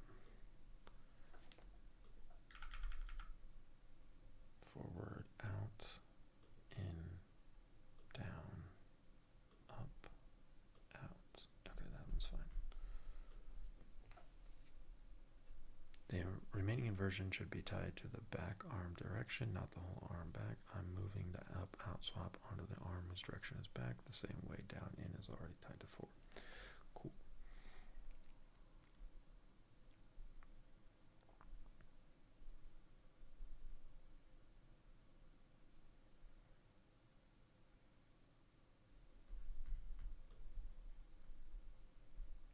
Yeah, that was super tedious. And it's still fragile. I feel like the next model we add is going to have the same kind of problems. In, out, down, up, down, out, in, out, down, up, out. Yep. Out, in, down, in, down. Down still needs to be rotated a bit more, but yeah, good enough. Up, out. Okay, great. I'm gonna take a break. When I come back, I'll probably play some games. I'll start a new stream. But if you hopped in today, thank you. Give me a follow if you can. I'm only 3 away from my goal, and I've had that goal for years now, so it'd be like crazy to hit it. But yeah, thanks for hopping in. I will catch you all on the flip side. If you want to watch me play some games, or maybe I'll hop back in and work on this one or my other one. We'll see. Thinking about fracking asteroids. That's the one I really like working on right now. Have some ideas for. We shall see. Bum, bum, bum, bum, bum.